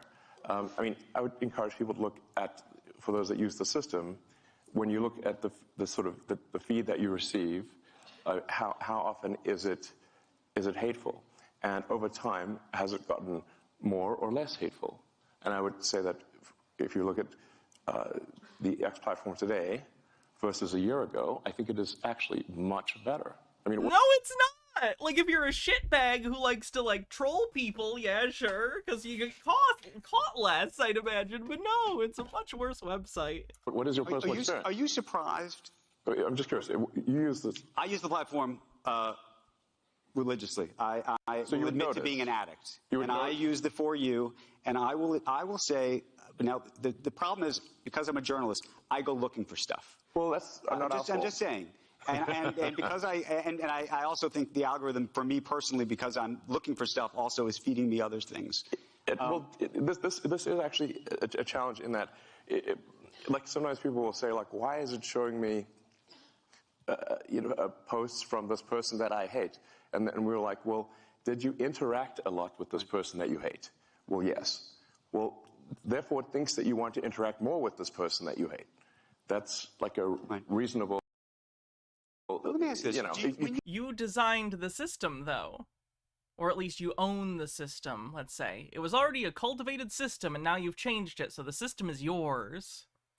You're acting as though that's just like, whatever. You could do something about that.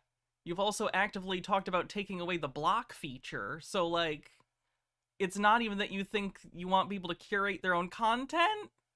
I don't know. It just feels like he thinks it's a system that exists. Therefore, it's just the way it is. Sky Comet says, you're specifically promoting Nazis yourself, you lying asshole. Stop pretending this is organic. Sir Parker, Sir Parker Holland Taylor Joy, thanks for 19 months, says, my big 19. I missed my 18, our second sub baby, and they need a name. Hello, Hannah and chat. Hope you're all well. I'm doing pretty good. This sub baby's name is Shaka Khan.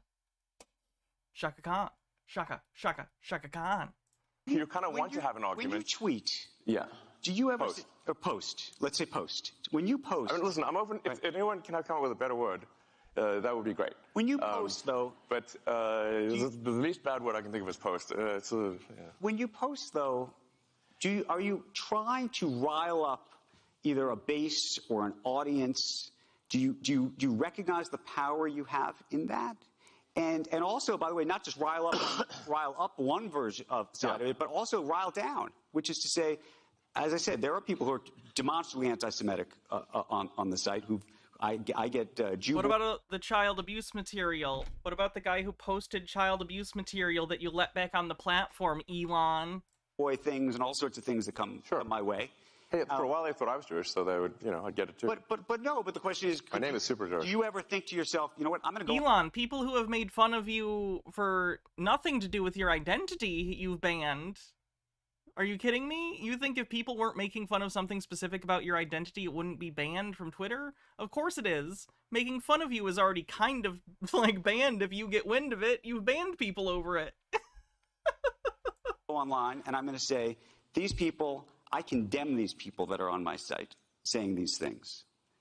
Because I have said, you say I've condemned anti-Semitism, but do you ever go... Yeah, I said I literally posted, I condemn anti-Semitism in all its forms. Like, that is a literal, I believe, literal post. Sky Comment with 30 months. Thank you. That I made. 30 months. Jesus. I mean, I'm like... You're almost coming up on 3 years, too, in 6 months. Listen, if I can get out the thesaurus if you... and we could, Let me ask you a different question. He's more saying, like, hey, you seem to respond to Nazi posts, but then you'll vague post about things or just post. But why don't you ever go on people saying shitty things and go, like, don't do this, you dickbag? I think was more the question, but whatever. You compose it, I'll post it. Okay, let me ask you this. You were on a podcast about a month ago, and you said something that struck me, and it struck me as accurate. It came out of your mouth, so hopefully it is. But I'm hoping we go deep on this. Just because it came out of my mouth does not mean it's true. No, but you said my mind is a storm. I don't think most people would want to be me. They may think they want to be me, but they don't know. They don't understand. What did you mean by that? What was your mind being a storm? I think it. I mean, I have known you for quite some time. I think it is a bit of a storm. He thinks he's Rorschach. Yes. They'll scream out and whisper, "Help!" and I'll whisper, "No." Yeah, I mean, in as much as a weather metaphor makes sense, my mind often feels like a very wild storm. I mean, I have a fountain of ideas. I mean, I have more ideas than I can possibly execute. So I have no shortage of ideas. Innovation is not the problem. Execution is the problem. Basically, making shit up's hard. Actually, making that shit that you made up, that you need to actually pay people who know how to do stuff to do that. I've got a million ideas. I mean, Everyone's got a million ideas, Elon. Most people's ideas are really bad, just like yours. The difference is other people know to have other people check their ideas and give criticism before they say, great, let's throw millions or billions of dollars into this. An entire design for an electric supersonic vertical takeoff jet, but this is the line he said in Elon. What the fuck? No, we're not doing this. We're not doing this, Elon. We're not doing this. Elon. Elon, you just stole a line from you playing yourself in Iron Man 2. You stole a line that you said in Iron Man 2 a film about a superhero. Oh, boop. How are you? Congratulations on the promotion. Thank you very much. Elon, Thank you. Those Merlin engines are fantastic. Oh, thank you. Yeah, good idea for an electric jet. Got an idea for an electric jet. You do? Yeah. Then we'll make it work. Real guy. Real guy thinks his fucking childish 12-year-old ideas like, I made a crayon drawing of a rocket that goes supersonic, and it goes into space, and it meets aliens, woo! Like, he thinks that's what being a creative adult is having unvetted ideas that have gone through zero, like, filters of reality or experience.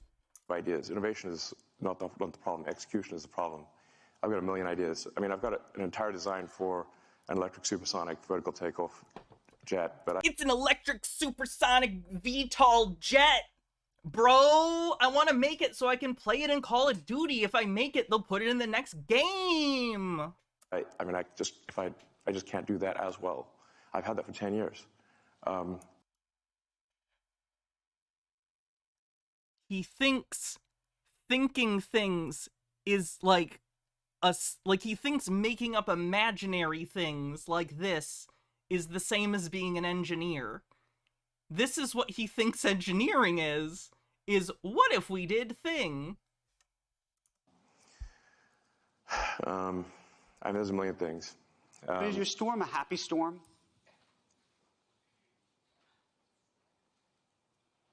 No. It's not a happy storm. No. Tell us about that, because I think that actually, when people try to really understand you, I think that there's a lot of this comes from some other place, and I want to talk about that. What do you think that is?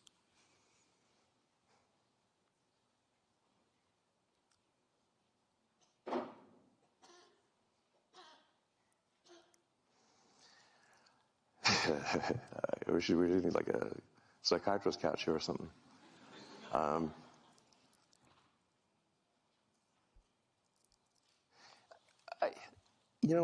I think to some degree I was born this way, and then it was amplified by a difficult childhood, frankly. Dr. Gamble says, can we appreciate the fact that Tony doesn't seem to give a shit about Elon's idea? He just absolutely minded says, yeah, we'll make it work, as he walks away. I think at the time, the intent of the joke was because public perception of Elon Musk was really high and people thought highly of him because of his PR campaign, that you were supposed to go, oh, that's funny. Tony Stark is so smart that even Elon Musk is someone he blows off, because in our universe, Elon Musk is supposed to be the real Tony Stark.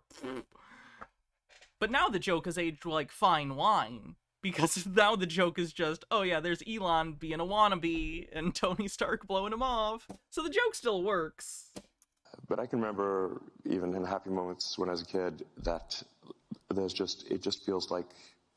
Sorry, Sky Comet said, hey Elon, I have bipolar. If your mind is running so fast it's like a storm, you're manic. There's just a rage of forces in my mind constantly.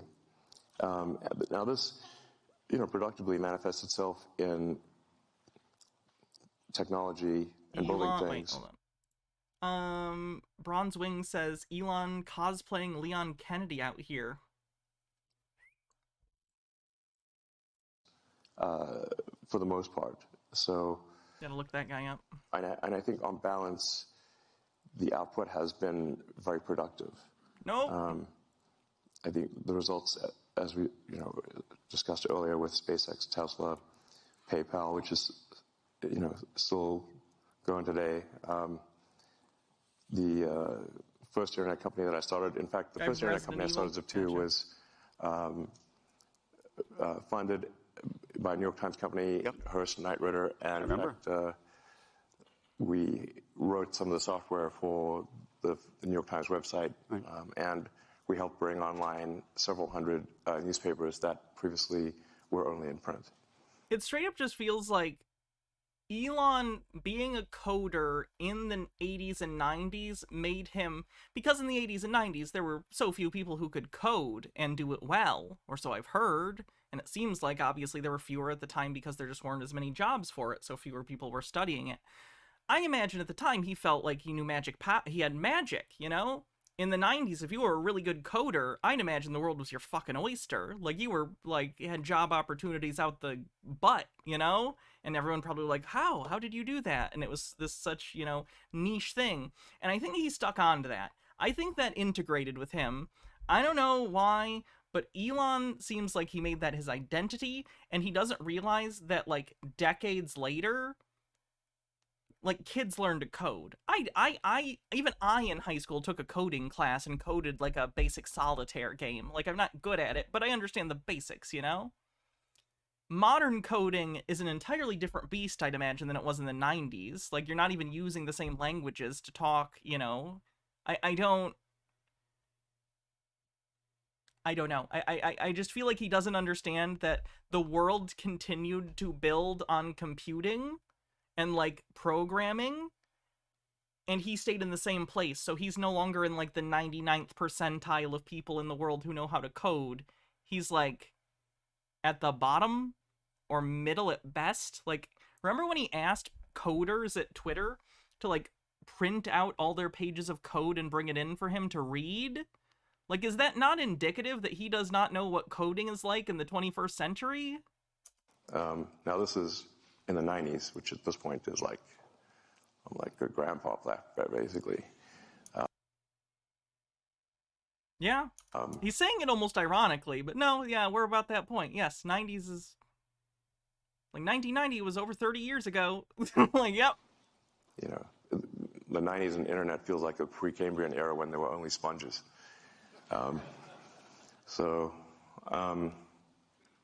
Anyway, you know, I feel like a lot of productive things have been done, and you can also look at Tesla as being sort of many companies in one. Like, our supercharging network is, if the Tesla supercharging network were its own company, it would be a Fortune 500 company by itself. Just the supercharging. Oh man, you should split that off then. System. Maybe this vertical integration is a bad idea. In fairness, I actually do think that they, obviously for Tesla to expand, they had to, because there was no one else who wanted to do it. If you're the first mover, you have to help do the infrastructure, basically. So I understand that. But at this point, you can probably spin it off. We also make the cells. We build the power electronics and the powertrain from scratch.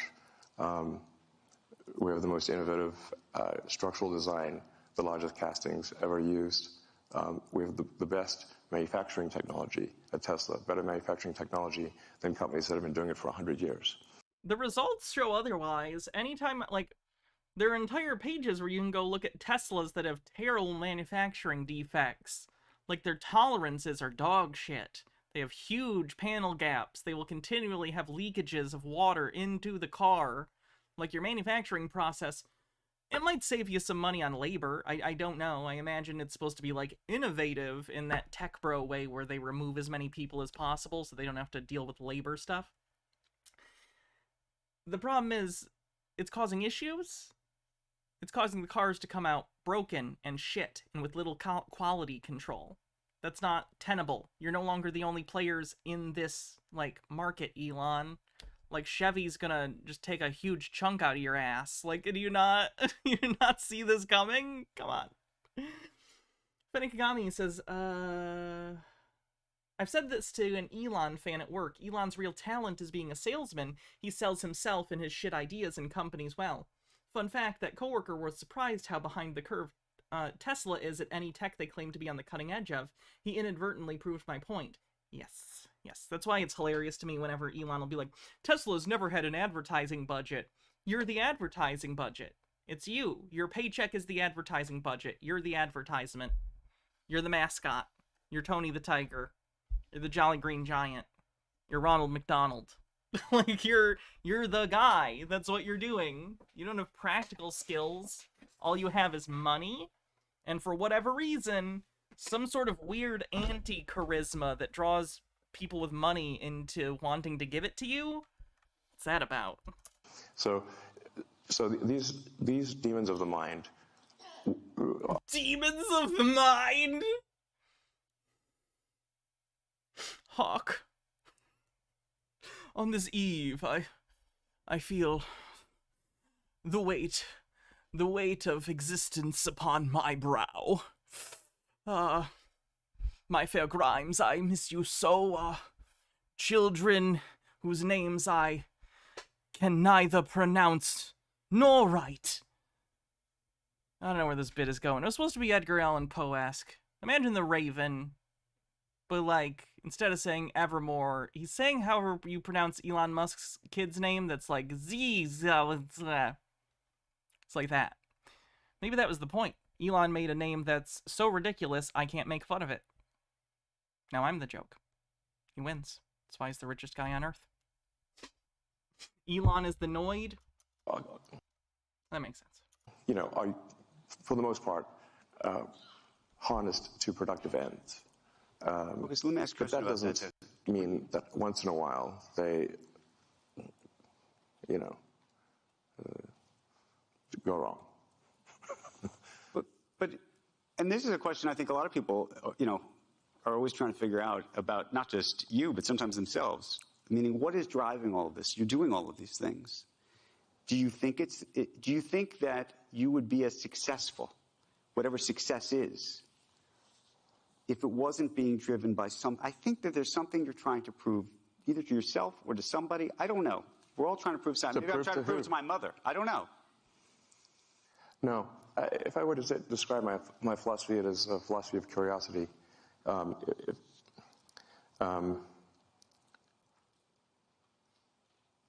mean, I did have this existential crisis when I was around 12.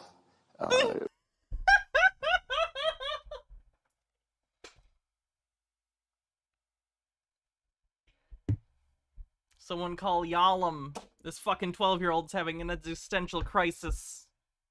Dr. Gamble says, to be honest, as a tech person, I would be impressed if you made a programmable calculator in Minecraft, but only because it would require you to understand the fundamental concepts behind computers and translate that into a buildable simulation, which is way more impressive than printing code you wrote that uses a library of code that someone more talented created to make programmers' lives easier. About what's the meaning of life? Isn't it all pointless? Why not just commit suicide? Why exist? I read You're depressed, man. You were fucking depressed. I did have this existential crisis when I was around 12 about what's the meaning of life? Isn't it all pointless? Why not just commit suicide? Why exist? I read the religious texts. I read the religious texts. Philosophy books. The philosophy books. That, well, especially the German philosophy books made me quite depressed, frankly. One should not read Schopenhauer and Nietzsche as a teenager. But then I read Douglas Adams' Hitchhiker's Guide to the Galaxy.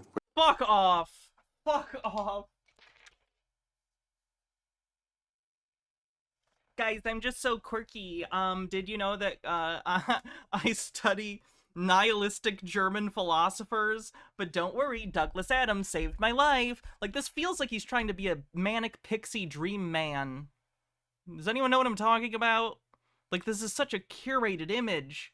This is so fucking curated, it disgusts me. Which is a book on philosophy in the form of humor.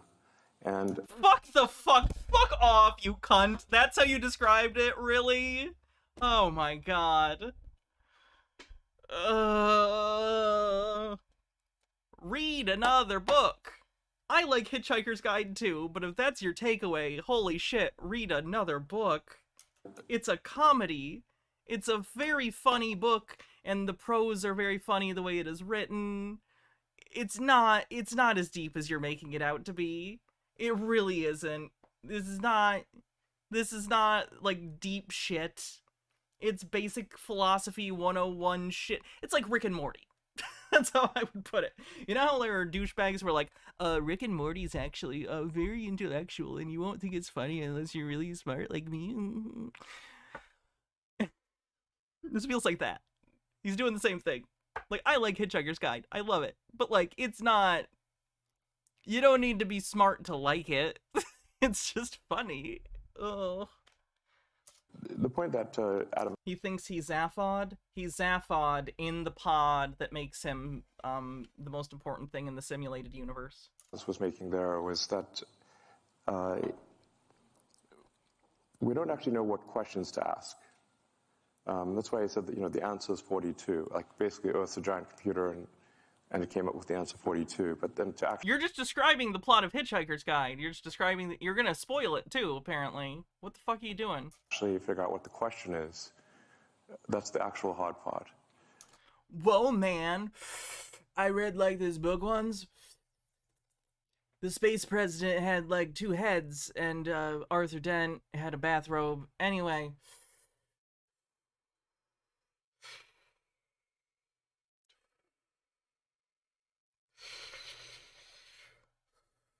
So anyway, it basically posited, man, like, life isn't about the answers, it's about the question, man. Whoa, that's really deep. Did you finish coding those 6 pages for the payment website? Yeah, that's it. That's the most work I've ever done in my life. Anyway, Overthought says, this asshole would totally identify with Holden Caulfield if he ever got his hands on Catcher in the Rye. Elon, you're the phony. I think this is generally true also in physics. At the point at which you can properly frame the question, the answer is actually the easy part. Yes, you're very smart for knowing that there are known knowns and unknown unknowns. Known knowns, unknown knowns. No, you can't have an unknown known. You can have a known known, you can have a known unknown, or an unknown unknown. That's not deep. So Fenigami says he so desperately wants to be that weird nihilistic genius like Rick Sanchez, and he's Rick without the genius, so again, Rick with none of the parts people like about Rick. How do people not understand this? Rick Sanchez is not someone you should look up to. Gregory House is not a fictional character you should look up to. They can be interesting characters, but they are not characters you should like. Walter White, Saul Goodman. Like, these are characters that you can empathize with, and again, are interesting, but you shouldn't aspire to be them. If you see a nihilistic character in a TV show, usually the purpose is that character has an arc where they soften over time and learn that that cynicism is damaging to themselves and those around them. Just a thought. my motivation then was that, well, my life is finite, really a flash in the pan on a galactic time scale. But if we can expand the scope and scale of consciousness, then we are better able to figure out what questions to ask. Yes, the more you know you don't know. We get it. About the answer. Yep. Well, you took a philosophy 101 class. Why aren't we talking about the dumb shit you said? Sure. Sorry, I'm rambling. That is the universe. And maybe we can find out the meaning of life, or even what the right question to ask is. Did he even understand the book, if that's what he just said? Did you really internalize any sort of philosophical position from Hitchhiker's Guide if you still are asking the question? Did you get it? Where did we come from? Where are we going? Where are the aliens? Are there aliens? These questions, and is there new physics to discover? Or is this, because there seems to be some real questions around dark matter and dark energy and... Vibes, it's all vibes. Dr. Gamble says, why the best episode of House was broken and it didn't even have a medical case until the backtracked at the end of the season. Status quo is God after all. So the purpose of SpaceX is to extend life beyond Earth on a sustained basis, so that we can at least pass one of the Fermi great filters, which is that of being a single planet civilization. If we are a single planet civilization, then we are simply waiting around for some extinction event, whether... Okay, we're just here anyway, so... Gardner says, whatever happened to Cotton Eye Joe? Where did he come from? Where did he go? Where did you come from, Cotton Eye Joe? I miss you. Sky Comet says, where did we come from, Cotton Eye Joe? We just did this. God damn. Fenakagami says, oh, I know. My point is that those geniuses at least contribute something. Rick is a sad, drunk, abusive loser and bully who makes his problems everyone else's. Rick does contribute to the universe around him sometimes. Elon doesn't.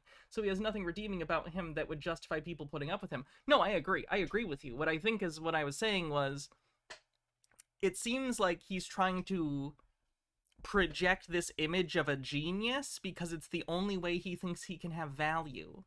As much as he says he doesn't want people to like him, I think that on some level that's true. I don't think he thinks everyone needs to like him. I think it's even worse than that. He thinks everyone needs to give him credit even if they don't like him. And sometimes that's worse. At some point in his life, it feels like, and this is entirely speculative, at some point in his life, it seems like he came to terms with the fact that he's kind of a shit person, you know? At some point he realized, yeah, I'm kind of an asshole, I rub people the wrong way, probably because he was told it. You know, people who rub people the wrong way, who are dicks, they hear about it at some point.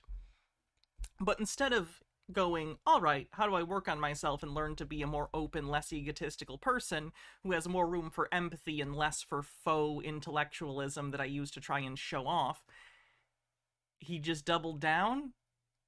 So he said, oh, you don't like me? Fine. I'll just decide that I don't care about being liked. I care about being, let's call it respected. And I don't mean respected in the way you and I use it. I mean it in the way that we're talking about those fictional characters. Yeah, sure, Rick Sanchez, Gregory House, these characters are assholes, but everyone needs them. I can be as big of an asshole as I want as long as I foster dependence, right? It seems like that's what he has learned from certain things, from fiction, from his life experience, whatever it is. He found the easier path, the path of least resistance, instead of being a better, more likable person, to just try and make himself feel so important that everyone has to deal with him, even if they don't like him. And I feel like purchasing Twitter is a pretty clear extension of that.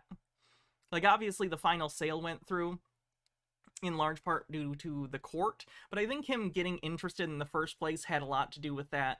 Sure, I can't make them like me, but I can make them need me. If this is my platform, then ultimately the buck stops with me, and everyone needs to interact with me. Everyone needs to know what I'm doing, even if they don't like me.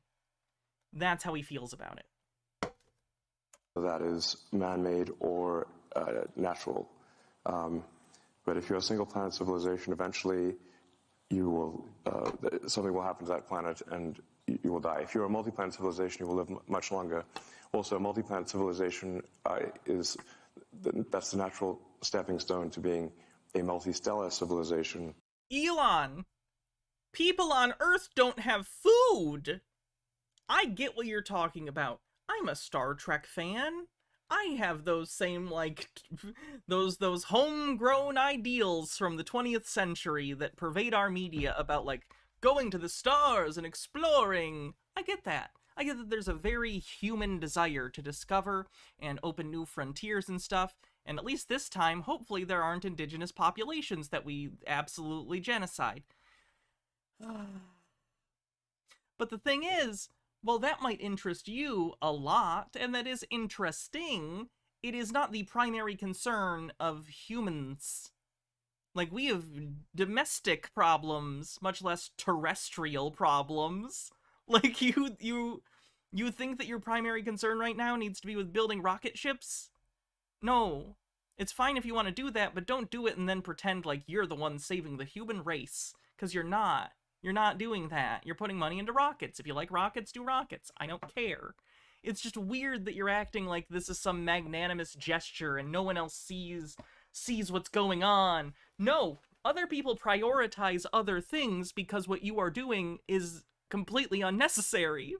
Like, I understand the thought of, like, wow, someday in the future, we would need to get off the planet, otherwise we'll go extinct. Or even if we do leave the planet, we could still go extinct, but, like, it would help mitigate. That is not something you need to worry about right now, even a little bit. Take some of your money, build low-income housing, sell it at cost, or at a loss. You would do more for humanity by buying a bunch of people food and shelter than you will with 1,000 years of throwing money into rocketry. I'm not even saying you can't do both. But good God, Elon, please stop acting like you're the Earth's savior because you're a crazy person with a bunch of money who thinks that an asteroid's gonna hit the planet next week. And being out there among the stars. So, now this, I think, has... Thinking of humanity on a different scale, it requires a lot of detachment. Hey, that's a symptom of ketamine usage. Abuse of ketamine can lead to a sense of unreality, a detachment from your surroundings, delusions of grandeur.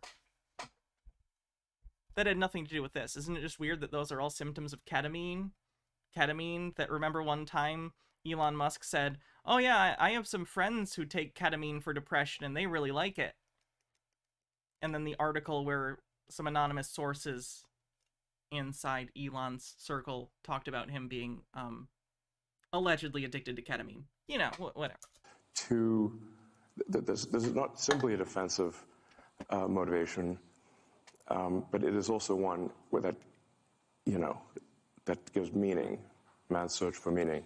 Can I ask you but let me finish this philosophy point, even though it may seem rather esoteric. It's rather esoteric. He's so pretentious.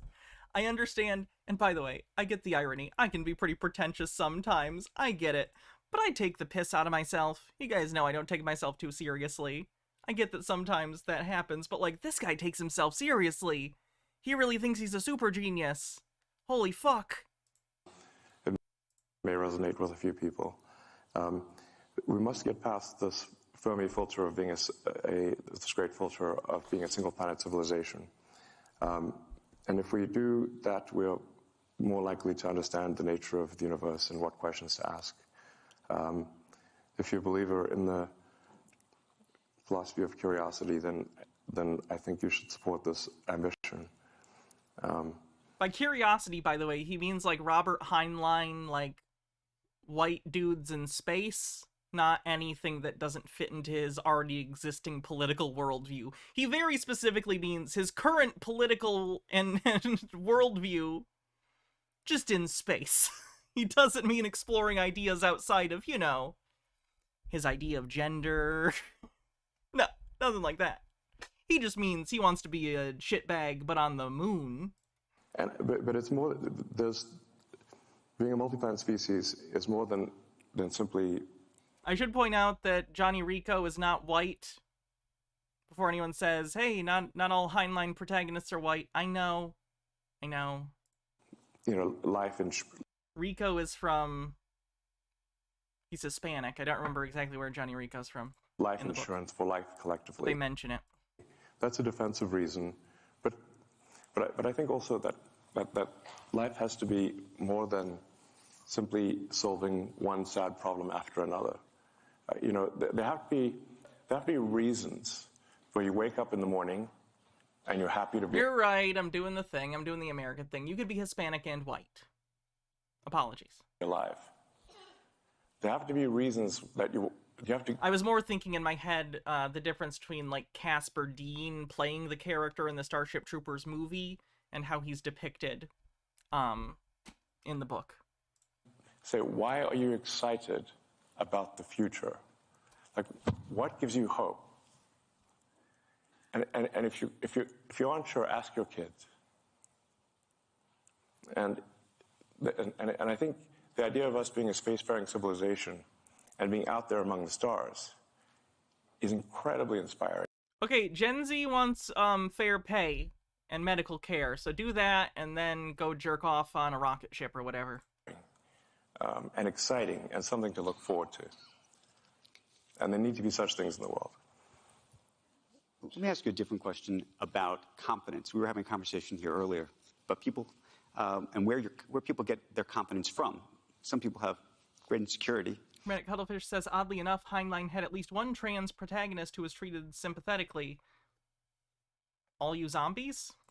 Other people have great confidence. And I was thinking about you because you have a very interesting history where people have told you over and over again that you're wrong. Well, sometimes they're right. Well, sometimes they are, but I would say that when it comes to Tesla, when it came to SpaceX, people told you that you were crazy. You were out of your mind. This was never going to happen. This was never going to work. And so the reason I ask you this, though, is now when people say you're wrong, this isn't right. H-Bird says, I'm pretty sure Heinlein was an egg. I Will Fear No Evil was like a bad fan fiction mania story. I've not read that one. Do you look at that and say, you know what, that's like a red flag for me because, you know, I've been told so. Who did do All You Zombies? Give me a sec. Oh, I put that in upside down. Oopsie.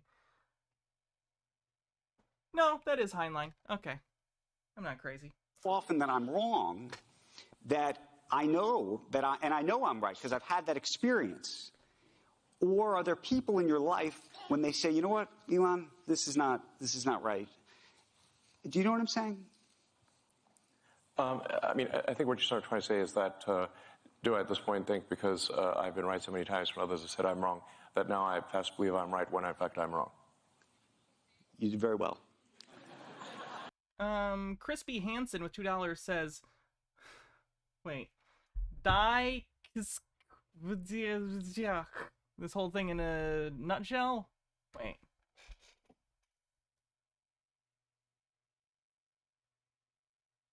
Yeah, I didn't get that. What do you think? No, I'm right.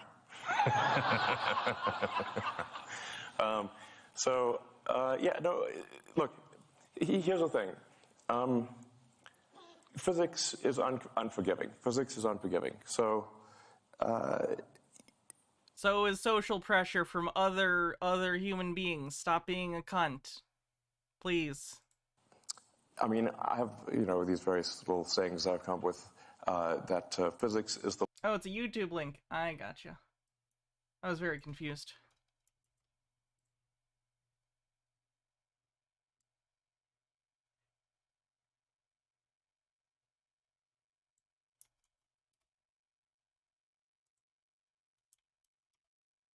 Which one was it? That doesn't help.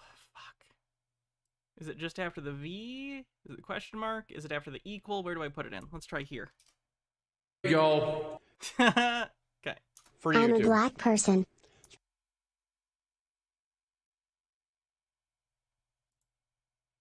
What is this? I know it's a boogie clip, but I gotta make sure it's like not.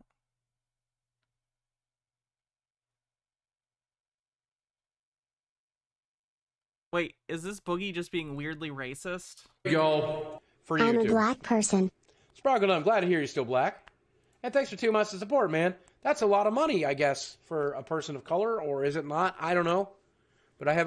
What the fuck is wrong with Boogie? The law and everything. A lot. I know the answer's a lot. Everything else is a recommendation. Right. In the sense that you can break any law made by humans, but try breaking a law made by physics. That's much more difficult. So it's almost like they're analogous, but not the same thing. If you are wrong and persist in being wrong, the rockets will blow up and the cars will fail. So this is, we're not trying to figure out what flavor of ice cream is the best flavor of ice cream.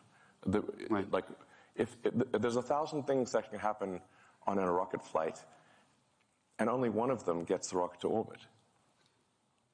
And so being wrong results in failure. Not only one of them. I'd imagine there's a most efficient way, but you can make corrections when things go wrong if it's not a catastrophic failure.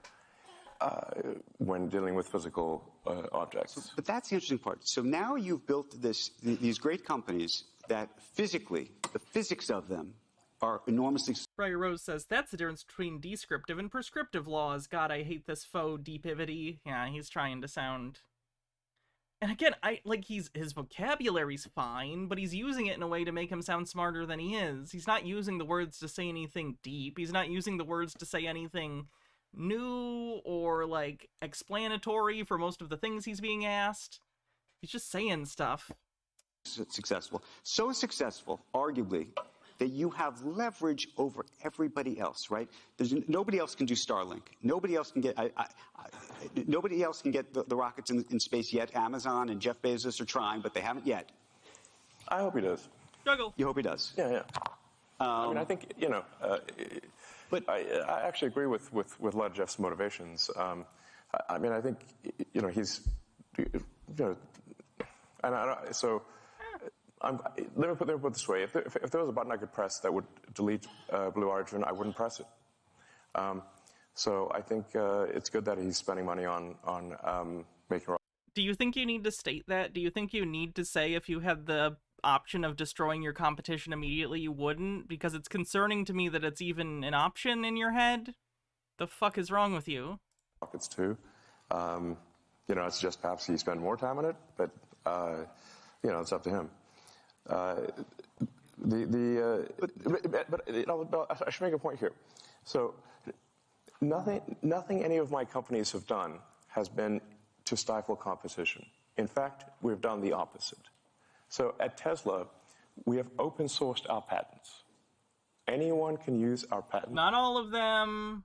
He says this as if it's all of them. No, there are select patents that are open. For free. How many companies do you know who've done that? Probably a decent number, depending on the product and what it's for. In this market, you're doing it for PR, so... Can you name one? I can't. At SpaceX, we don't use patents. They do, I'm pretty sure. What the fuck are you talking about? Let's see. We don't use patents.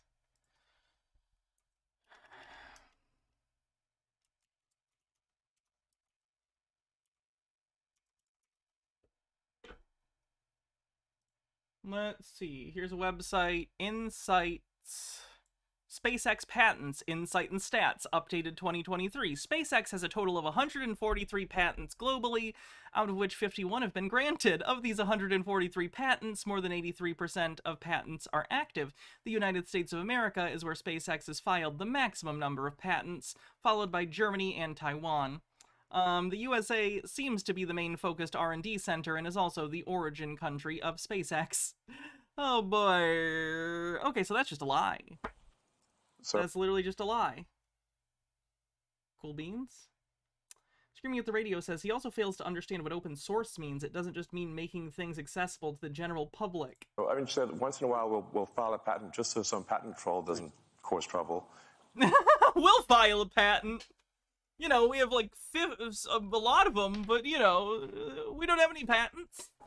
But we're not stopping any. We've done nothing anti-competitive. We've done nothing to stop our competitors. I'm not suggesting you are at all. No, I just want to clarify for the audience, because some companies have done anti-competitive things. I think the strange thing, or the unusual thing about SpaceX and Tesla is that we've done things that have helped our competition. So at Tesla, we have made our supercharger system open access. Didn't they have to do that after the EU fucking sued them? We've made our charger technology available for free to the other manufacturers.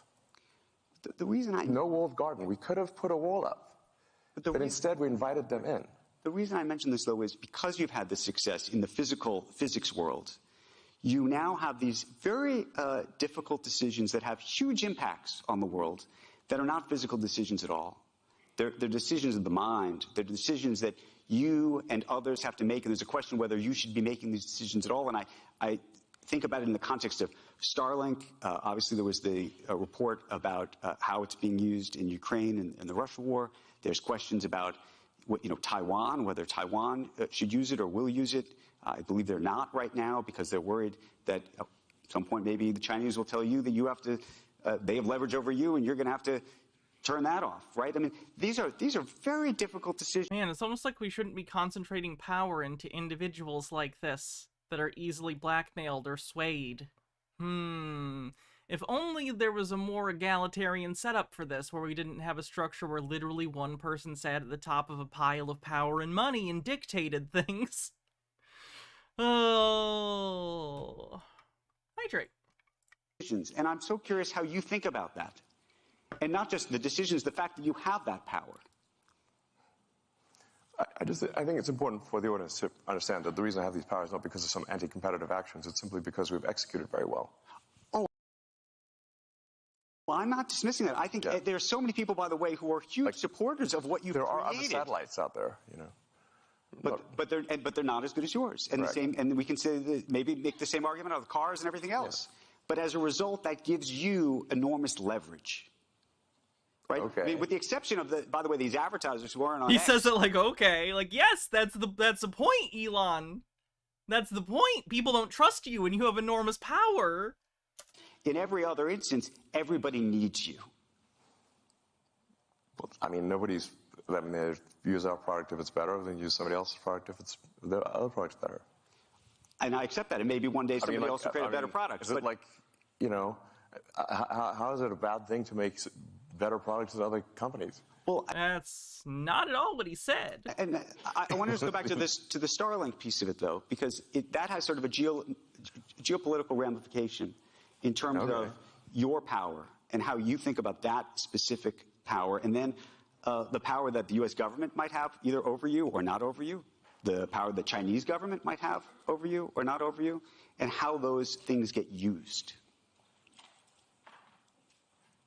I mean, what are you suggesting? That you are a huge point of failure if you concentrate this much power in one person. That's not good. That's the point, you fucking idiot. I'm asking the question around this very idea of how these satellites are going to be used, whether you think that you should have control of them, whether the government should have control of them. Do you trust the government? I don't trust you. At least I get to vote for the government, you fucking loser. Well, there's a lot of people who don't trust the government. Exactly. But then, do you think people trust you? And this goes back to the trust of you, right? I mean, like, his eyes actually kind of lit up there for a second. Did you see that? Like, he just actually made a connection in his brain, like, oh fuck, oh wait, I get it a little bit. Exactly. But then this goes back to the trust of you. Look at the eyes. Look at the eyes right after he said that. It's like for that second he went, oh, the same way the government has power and he doesn't trust them, he has power and people don't trust him. Oh, god damn it, he's so dumb. I mean, like I said, we're not the only company who has communication satellites. Our satellites are just much better than theirs. So it's not like we have a monopoly. Right. Do you feel like anybody has product? It's not like. Do you feel anybody has leverage over you? I mean, I think at the end of the day, if we make bad products that people don't want to use, then the users will. This is not even close to answering the question. Vote with their resources and use something else. Let me pivot the conversation for a second. I mean, certainly, I mean, my company's overseen by regulators, and while. And as we all know, regulators catch everything and never collude with people in the business. You know, once since SpaceX, Starlink. Screaming at the radio said he fails to understand that open. Oh, no, I read that one. Tesla are overseen by, you know, cumulatively over 100 regulators, in actually more than that, a few hundred regulators, because we're in 55 countries. If you sum up all the times that I had an argument with regulators, of hundreds of regulators over decades, it can sound really terrible, except they forgot to mention that there were 10 million regulations we complied with, and only. Okay, it doesn't matter. If a health inspector comes to my restaurant and gives me a D, I don't get to say, well, think about all the health violations we didn't violate. Santa baby, think of all the fellas I didn't kiss. Doesn't work for Santa. Won't work here. That's not how this works. 5 that I disagreed with. But they list all the 5. And here's the fun thing about regulations. You don't get to disagree with them. They're regulations. Fuck off. It sounds like, wow, this guy's a real maverick. I'm like, yeah, but what about the 10 Maverick. Yes, we think of you like a fighter pilot in Top Gun. Yes, you're that cool. We don't just think you're a loser. It's definitely that you're a maverick. million we complied with? Do you let me one related thing on this, in the leverage of countries and things over you and regulators. X is this free speech platform. You do business in China, lots of business in China. That's an important part of your business, I imagine. Well, it's not SpaceX. Okay. The white space of that answer answered the question, not SpaceX. Okay. Let's do some deductive reasoning then. We take away SpaceX. Oh boy, your other company, the other one we were talking about, how about that one? How do you think about the leverage that the Chinese have over you? And do they have leverage over you? And how do you feel about, some people would say, is it hypocritical for you to be doing business in China, or frankly in other countries as it relates to X and other things that don't follow this free speech path that you have espoused? The best that the X platform can do is adhere to the laws of any given country. Okay, so if tomorrow, let me put it this way. If tomorrow the U.S. made it illegal to be transphobic, they wouldn't. That's, First Amendment violation if the government did that. But let's give that as an example. Elon Musk wouldn't just be like, all right, that's the rules, no more transphobia. Like, he wouldn't do that. He'd fight against it. But he doesn't give a shit about people in China. Doesn't give a shit about people anywhere else in the world. He doesn't care about anyone probably less rich than him. I think he probably just is like, whatever. You want me to do what so it can be in China? Sure, I'll censor shit. I don't care. Do you think there's something more we could do than that? I think it would be very hard, but I just wonder, given the sort of strong philosophical approach that you've been vocal about, whether you say to yourself, maybe I shouldn't be doing business in that country. Well, first of all, Starlink and SpaceX are no business in China whatsoever. Tesla has one of four vehicle factories in China, and China is, I don't know, a quarter of our market or something like that. So it's a quarter of the market of one company. The same is true, by the way, of all the other car companies. They also have something on that order of a quarter of their sales in China. So if that's a problem for Tesla, it's a problem for every car company. I think one has to be careful about not conflating the various companies, because I can only do things that are within the bounds of the law. I cannot do beyond that. Sorry, 1 second. I'm checking something. What's going on?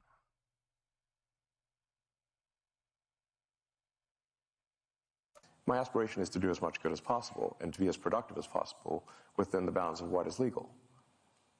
More than that, I cannot do. I want to pivot and talk about AI for a moment. We had Jensen Huang here, who's a big fan of yours, as you know. Yeah, Jensen's awesome. Talked about bringing you the first box, by the way, yes. With Ilya, interestingly enough. Yes. Back in 2016, I think. There's a video of Jensen and me unpacking the first AI computer at OpenAI. So I'm so curious what you think of what's just happened over the past 2 weeks while you were dealing with this other series of headlines. There was a whole other series of headlines OpenAI, so far. At OpenAI. What did you think? Well, you founded it. Co-founded it. Co-founded it, yeah. The whole arc of OpenAI, frankly, is a little troubling, because the reason for starting OpenAI was to create a counterweight to Google and DeepMind, which at the time had 2/3 of all AI talent and basically infinite money and compute, and there was no counterweight. It was a unipolar world. And Larry and Paige and I used to be very close friends, and I would stay at his house, and I would talk to Larry into the late hours of the night about AI safety. And it became apparent to me.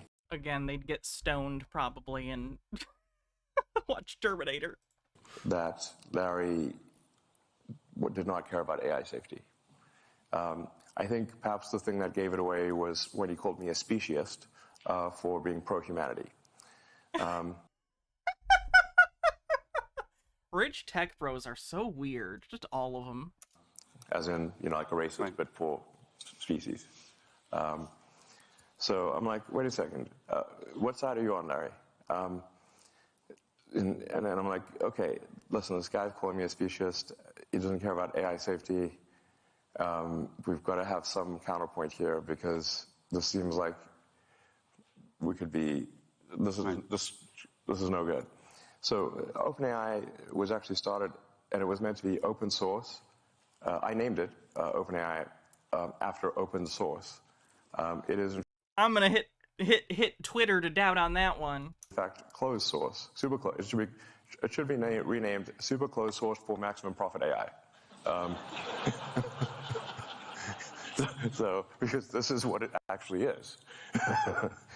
I mean, fate loves irony. I mean, in fact, a friend of mine says like the way to predict outcomes is the most ironic outcome is the most. It's like this Occam's razor, like the simplest sort of explanation is most likely. And my friend Jonah's view is that the most ironic outcome is the most likely. And that's what's happened with OpenAI. It's gone from an open source foundation, a 501c3, to suddenly it's like a $90 billion for-profit corporation with closed source. So I don't. Yeah, I get what you're saying. You don't get what you're saying though, because you were the richest man in the world until you said stupid shit. You're still one of the wealthiest people in the world. Like, what are you complaining about exactly? That it's a $90 billion company? Are you just jealous? Like, I don't know. Like, what's your concern here? I know my concern. It's concentration of power within the very few. Huge amounts of money being used to make tools that'll both empower and enrich those who wield them while pushing into poverty working class people. Like, I understand why I'm concerned about that. Why you're concerned about that, audience. Why does Elon give a shit? Elon's Elon. I don't know how you go from here to there, but that seems like I don't know how you get. I don't know is this legal? I'm so, like, that's legal. So as you saw Sam Altman get ousted by somebody Ilya, and Ilya was a friend of yours. Yes. You brought him there. Your relationship with Larry Page effectively broke down over you recruiting him away, I think. That's correct. That was the fight. Larry refused to be friends with me after I recruited Ilya. And so here's Ilya apparently saying something is very wrong. I think we should be concerned about this because I think Ilya actually has a strong moral compass. He thinks about, he really sweats it over questions of what is right.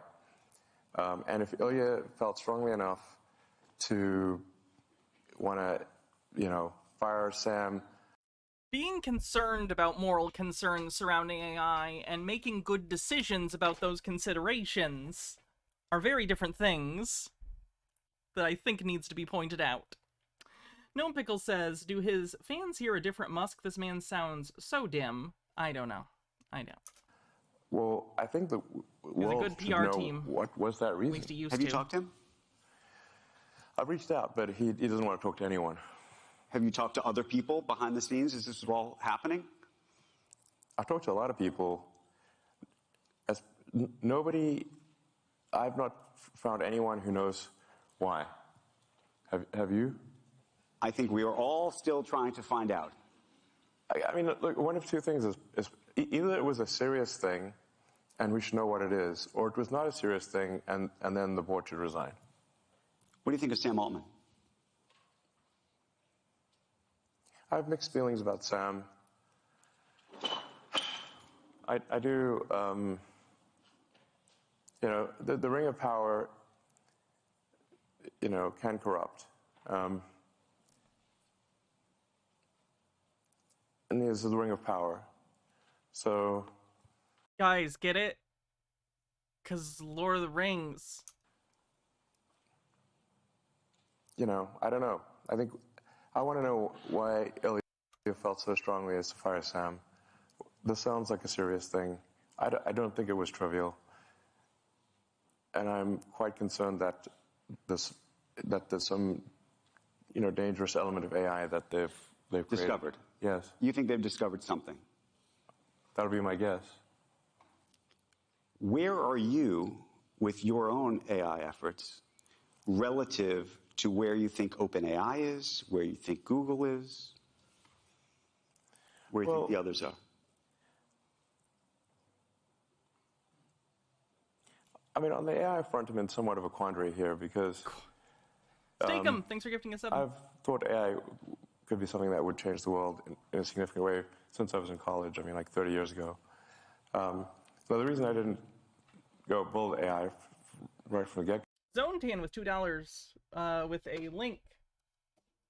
Let's see what this is.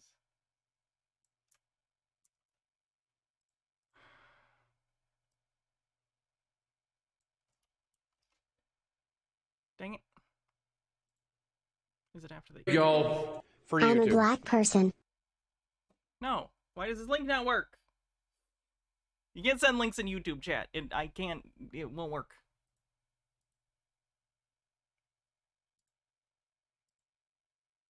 Unless I can figure this out. We took their land and we didn't pay. Why is...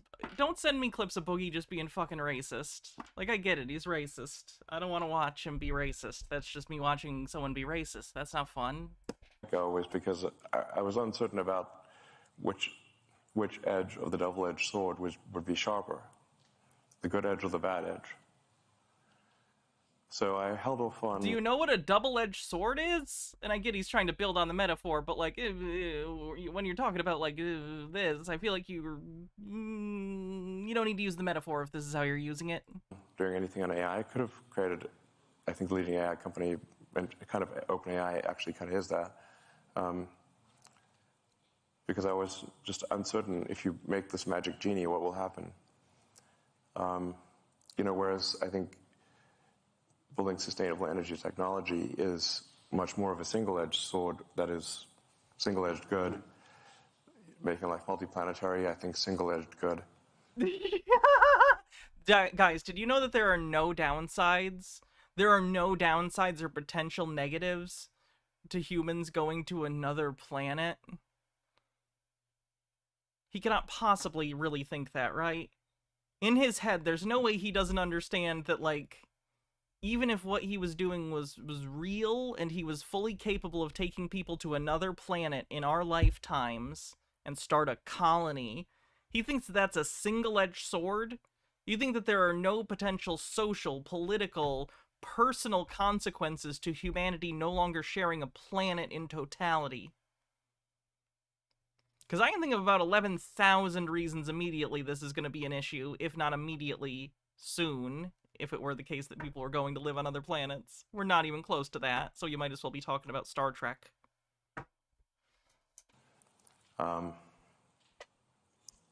Starlink, mostly single-edged good. I mean, giving people better connectivity to people that, don't... Because as we all know, the internet and increased connectivity has only been good for people, and there have been no downsides. Increased communication has been so good for America. I'm sure the rest of the developing world is gonna love it. Don't have connectivity or too expensive. Jesus. Expensive, I think is very, very much a good thing. Starlink was instrumental, by the way, in halting the Russian advance. And the Ukrainians said so. I think but with AI, you've got the magic genie problem. You may think you want a magic genie, but once that genie's out of the bottle... Be careful what you wish for. Just say be careful what you wish for. There's an idiom for this. It's hard to say what happens. How far are we away from that genie being out of the bottle, you think? We think it's already out? And the genie's certainly poking its head out. The medical term is turtling. Gnome Pickle says, it worked out in the Expanse after all, save for the belt, but those are just wrong working class folk. I've not seen the Expanse. The AGI, the idea of artificial general intelligence, given what you now are working on yourself, and you know how easy or hard it is to train, to create the inferences, to create the weights. I hope I'm not getting too far in the weeds of just how this works, but those are the basics behind the software end of this. It's funny, all these weights, they're just basically numbers in a comma-separated value file. And that's our digital God, a CSV file. Oh my god, you're fucking opining. He has no idea. He has no idea what he's talking about except at a very basic level, so he's trying to sound smarter by having something to say. He's opining on what was just said as if it's deep. He literally asked, how has your perception of these things changed since you got under the hood and understood how they work? And he starts monologuing with his tone. You can tell. Ugh. Comma-separated value file. And that's our digital God. Fennikagami says, Elon, watch a Gundam anime that isn't Builders. They all explain why you're wrong, that there are no downsides to humans going to another planet. Chromatic Cuttlefish says, whoa, back up. Didn't the muskrat cut off Starlink access to the Ukrainian military because he thought it was time they started negotiating with Putin? Correct. I don't think this journalist is pushing hard enough on a lot of these topics. A CSV file. Not that funny. But that's kind of literally... I feel like I'm in an episode of Black Mirror. Like, this guy has lost his mind, and we're all just like none of us on an individual level have the agency to do anything, because his power is so, like, vast, and, like, he's just, like, a rich asshole, so we all have to watch this man have a very public mental breakdown in real time. It's very weird. What it is. So, I think it's coming pretty fast, Is that, I mean... You famously have admitted to overstating how quickly things will happen, but how quickly do you think this will happen?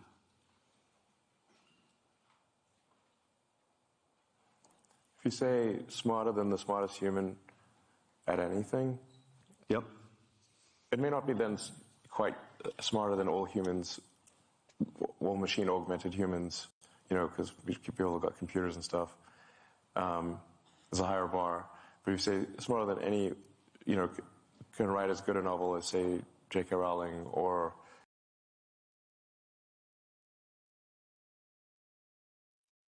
So one of two things here. Either he intentionally chose J.K. Rowling to troll, because we also know he doesn't like trans people, so that could be an intentional jab. Or a guy who thinks he's one of the richest people on the planet went into his mind to think of an author, and that's the one that came out, which is not great. Let's talk about Stephanie Meyer. Discover new physics or invent new technology. I would say that we are less than 3 years from that point. Stromboli says, I think Lovecraft had an interesting collection of species offshoots from humans once they reached the stars. It was horrifying. There's a book. There's a book that does that, and a sequel, I think. I forget what it's called, but I know the one you're talking about. Delcos with $2 says, translation, my AI sucks, so AI is bad, power good. Let me ask you a question about... All Our Tomorrows, that's the one I was thinking of. XAI and what you're doing. And because there's an interesting thing that's different, I think, about... A Meow says, we are not remotely even close to a sentient artificial intelligence. So-called AI today is large language models with predictive capabilities based on data. It is not an intelligence, let alone digital god. An omniscient, omnipotent deity on a bloody hard drive. Elon is so astronomically lost in the sauce. What you have relative to some of the others, which is you have data, you have information, you have all of the stuff that everybody in here has put on the platform to sort through. And I don't know if everybody realized that initially. What is the value of that?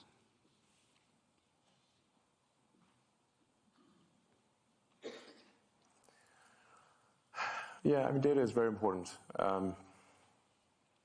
You could say data is probably more valuable than gold. But then maybe you have actually, maybe you have the gold in X in a different way. In a way, again, that I don't know if the public appreciates what that means.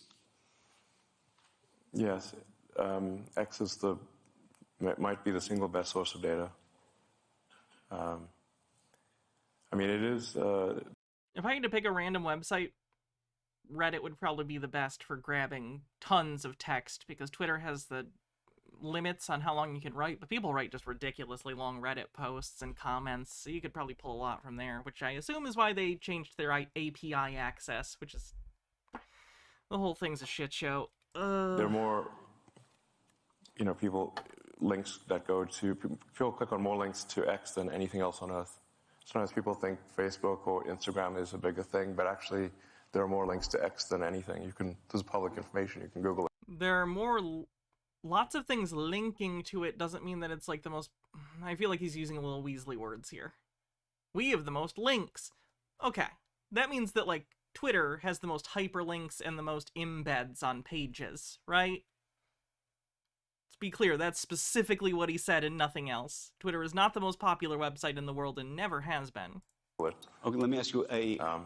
So it is where you would find what is happening right now on Earth at any given point in time. The whole OpenAI drama played out, in fact, on the X platform. So it is one of the... It's not... Google certainly has a massive amount of data, so does Microsoft. So it's not like... But it is one of the best sources of data. Can I ask you an interesting IP issue, which I think is actually something I can say as somebody who's in the creator business and journalistic business and whatnot, where I care about copyright. So one of the things about training on data has been this idea that you're not going to train, or that these things are not being trained on people's copyrighted information. Historically, that's been the concept. Yeah, that's a huge lie. Say that again? Yes, these AIs are all trained on copyrighted data, obviously. So you think it's a lie when OpenAI says that this... They pretty much have to be, right?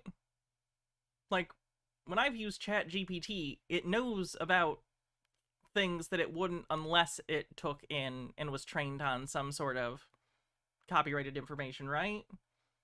Like, literally, you can ask it about, like, I've asked, like, write a scene from a hypothetical, and this was... I haven't done this lately, but I don't know... Like, when it first came out, it was like, and I don't know if it does this now, I think it's more careful about showing you stuff that might be derived from copyrighted material. But, like, when you first started, you could be like, give me a scene from a hypothetical Freddy vs. Jason sequel, and it'll, give you that. In order to do that, it has to, in its model, be able to recognize Freddy Krueger, Jason, descriptions of them, descriptions of their, like, character motivations, vaguely at least. You know what I mean? And you can pull a lot of that from fan sites, but that's still copyrighted. Like if someone else wrote that, that's copyrighted, So even if they didn't directly pull in, like, oh, here's the screenplay from all these movies that we're gonna, train on. Even so, you still have to be pulling from somewhere. How much public domain material out there is talking about Freddy or Jason, Even someone's blog is copyrighted because they made it. It's theirs. This is not, none of these guys say they're training on copyrighted data. Yeah, that's bullshit. I don't believe that either. That's a lie. It's a lie, straight up. It's a straight up lie. Okay. 100%. So then, obviously, it's been trained on copyrighted data. Okay, so let me ask you a second question, which is all of the people who have been uploading... I mean, it's like one every minute here. All of the people who have been uploading articles, the best quotes from different articles, videos to X, all of that can be trained on. And it's interesting because people put all of that there, Space Noid, and those quotes have historically been considered fair use, right? People are putting those quotes up there, and individually, on a fair use basis, you'd say, okay, that makes sense. But now there are people who do threads, and by the way, there may be multiple people who've done an article that has 1,000 words. Technically, all 1,000 words could have made it onto X somehow. And effectively, now you have this remarkable... I'm very interested in how these lawsuits are going to pan out. Because, like, I think anyone who says that it's like a cut and dry thing is lying to themselves either way. I have no idea how courts are going to determine this. I feel like this is going to be such a weird period for, like, copyright law and, like, judicial findings based on this shit. Very weird. Repository, and I wonder how you think about that again, and how you think the creative community and those who were the original IP owners should think about that. I don't know, except to say that by the time these lawsuits are decided, we'll have digital. Sure, Dillis Filler. God, Thanks. So ask digital God at that point. These lawsuits won't be decided before. This is bad. On a time frame that is relevant. But is that a good thing or a bad thing? I think we live, there's that, I don't know if it's actually a real Chinese saying or not, but may you live in interesting times. Right. Is apparently not a good thing. But I would prefer to, personally, I would prefer to live in interesting times. And we live in... Probably easy to say when you're one of the most wealthy people on the planet and never worry about anything that isn't a personal problem. Like, you don't have material problems. You have, interpersonal and internal problems. The most interesting of times. I think... For a while there, I was, really getting demotivated. It was the best of times. It was the blurst of times! Sleep over... Zapped with Neuralink, another dead monkey. The threat of AI danger. And then I finally sort of became fatalistic about it and said, well, even if I knew annihilation was certain, would I choose to be alive at that time or not? And I said I probably would choose to be alive at that time because it's the most interesting thing, even if there's nothing I could do about it. So then, This guy's full of himself. Basically, sort of a fatalistic resignation helped me sleep at night because I was having trouble sleeping at night because of AI danger. Now, what to do about it? I mean, I've been the biggest, the one banging the drum the hardest, by far the longest, or at least one of the longest for AI danger. And these regulatory things that are happening, the single biggest reason they're happening is because of me.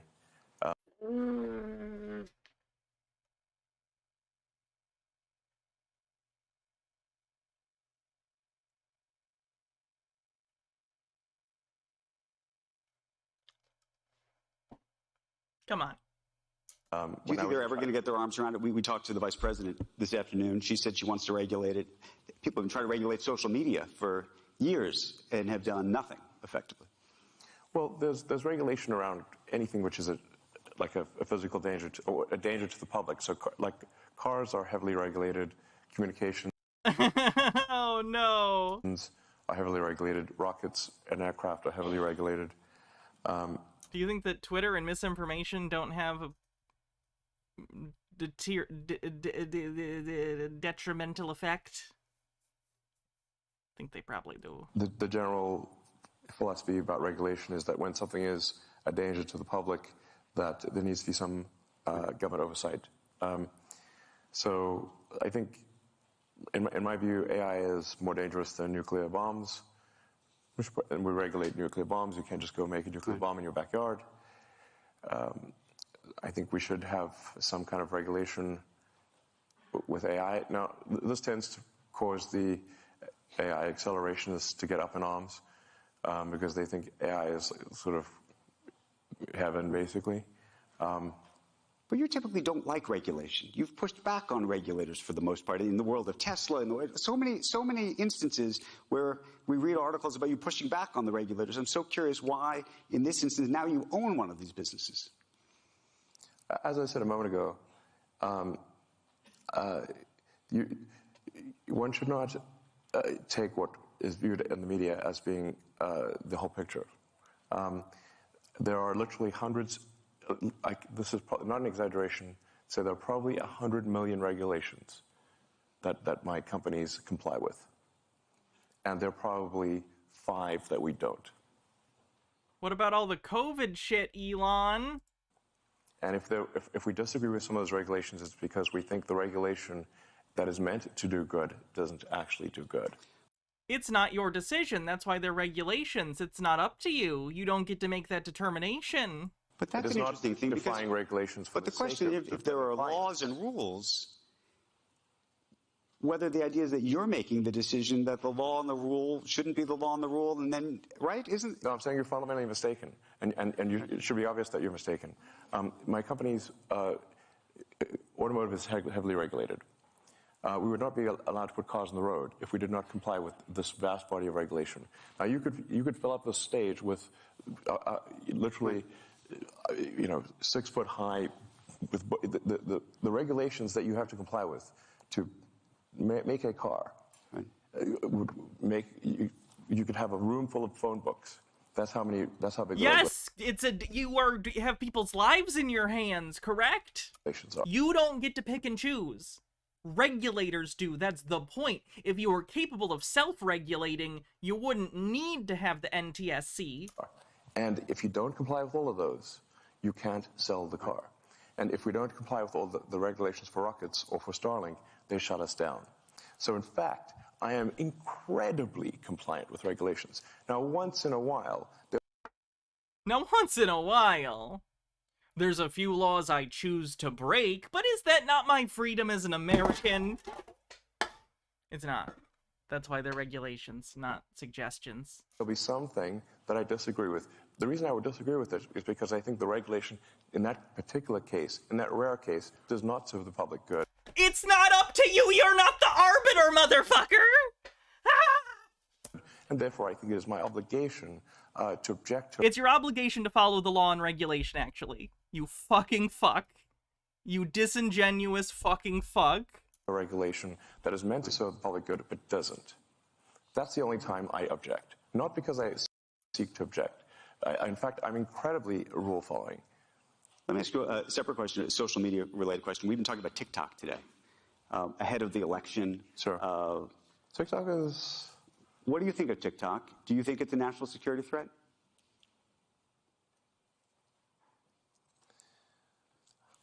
I don't use TikTok. Say that again? You don't? I don't personally use it. But for people that, for teenagers and people in their 20s, they seem almost religiously addicted to TikTok. Some people will watch TikTok for like 2 hours a day.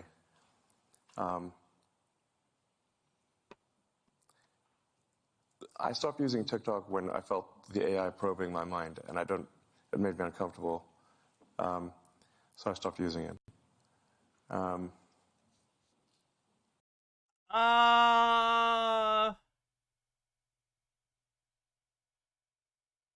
That's probably a good time to stop. Okay. So... There's 30 more minutes of this. We might finish on another day, but my face is itchy and dry from electrolysis, and my brain has psychic damage from Elon Musk. So I think we're going to call it a night, and we'll finish this up another day. And tomorrow will be Tinfoil Tuesday, so that's nice. Maybe we should have played this on Tinfoil Tuesday. And in terms of... I assume, to be clear, I will say he probably means that in the way that, like, oh yeah, you know, it was watching my behavior and knew the stuff I liked. I hope that's what he means. Anti-Semitic content, I mean, TikTok is rife with that. It has the most viral anti-Semitic content by far. But do you think the Chinese government is using it to manipulate the minds of Americans? No. Is that something that you think we should worry about? I mean, you have different states. Okay, Twitch. Well, thanks everyone for hanging out. Tomorrow I think is the first Tinfoil Tuesday we're doing simul-streamed, so that's cool. YouTube people, you'll get to see a Tinfoil Tuesday live. That's fun. Alright, good night everyone.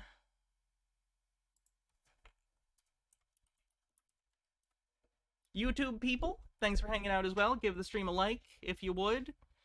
Maybe leave a comment. That's about it.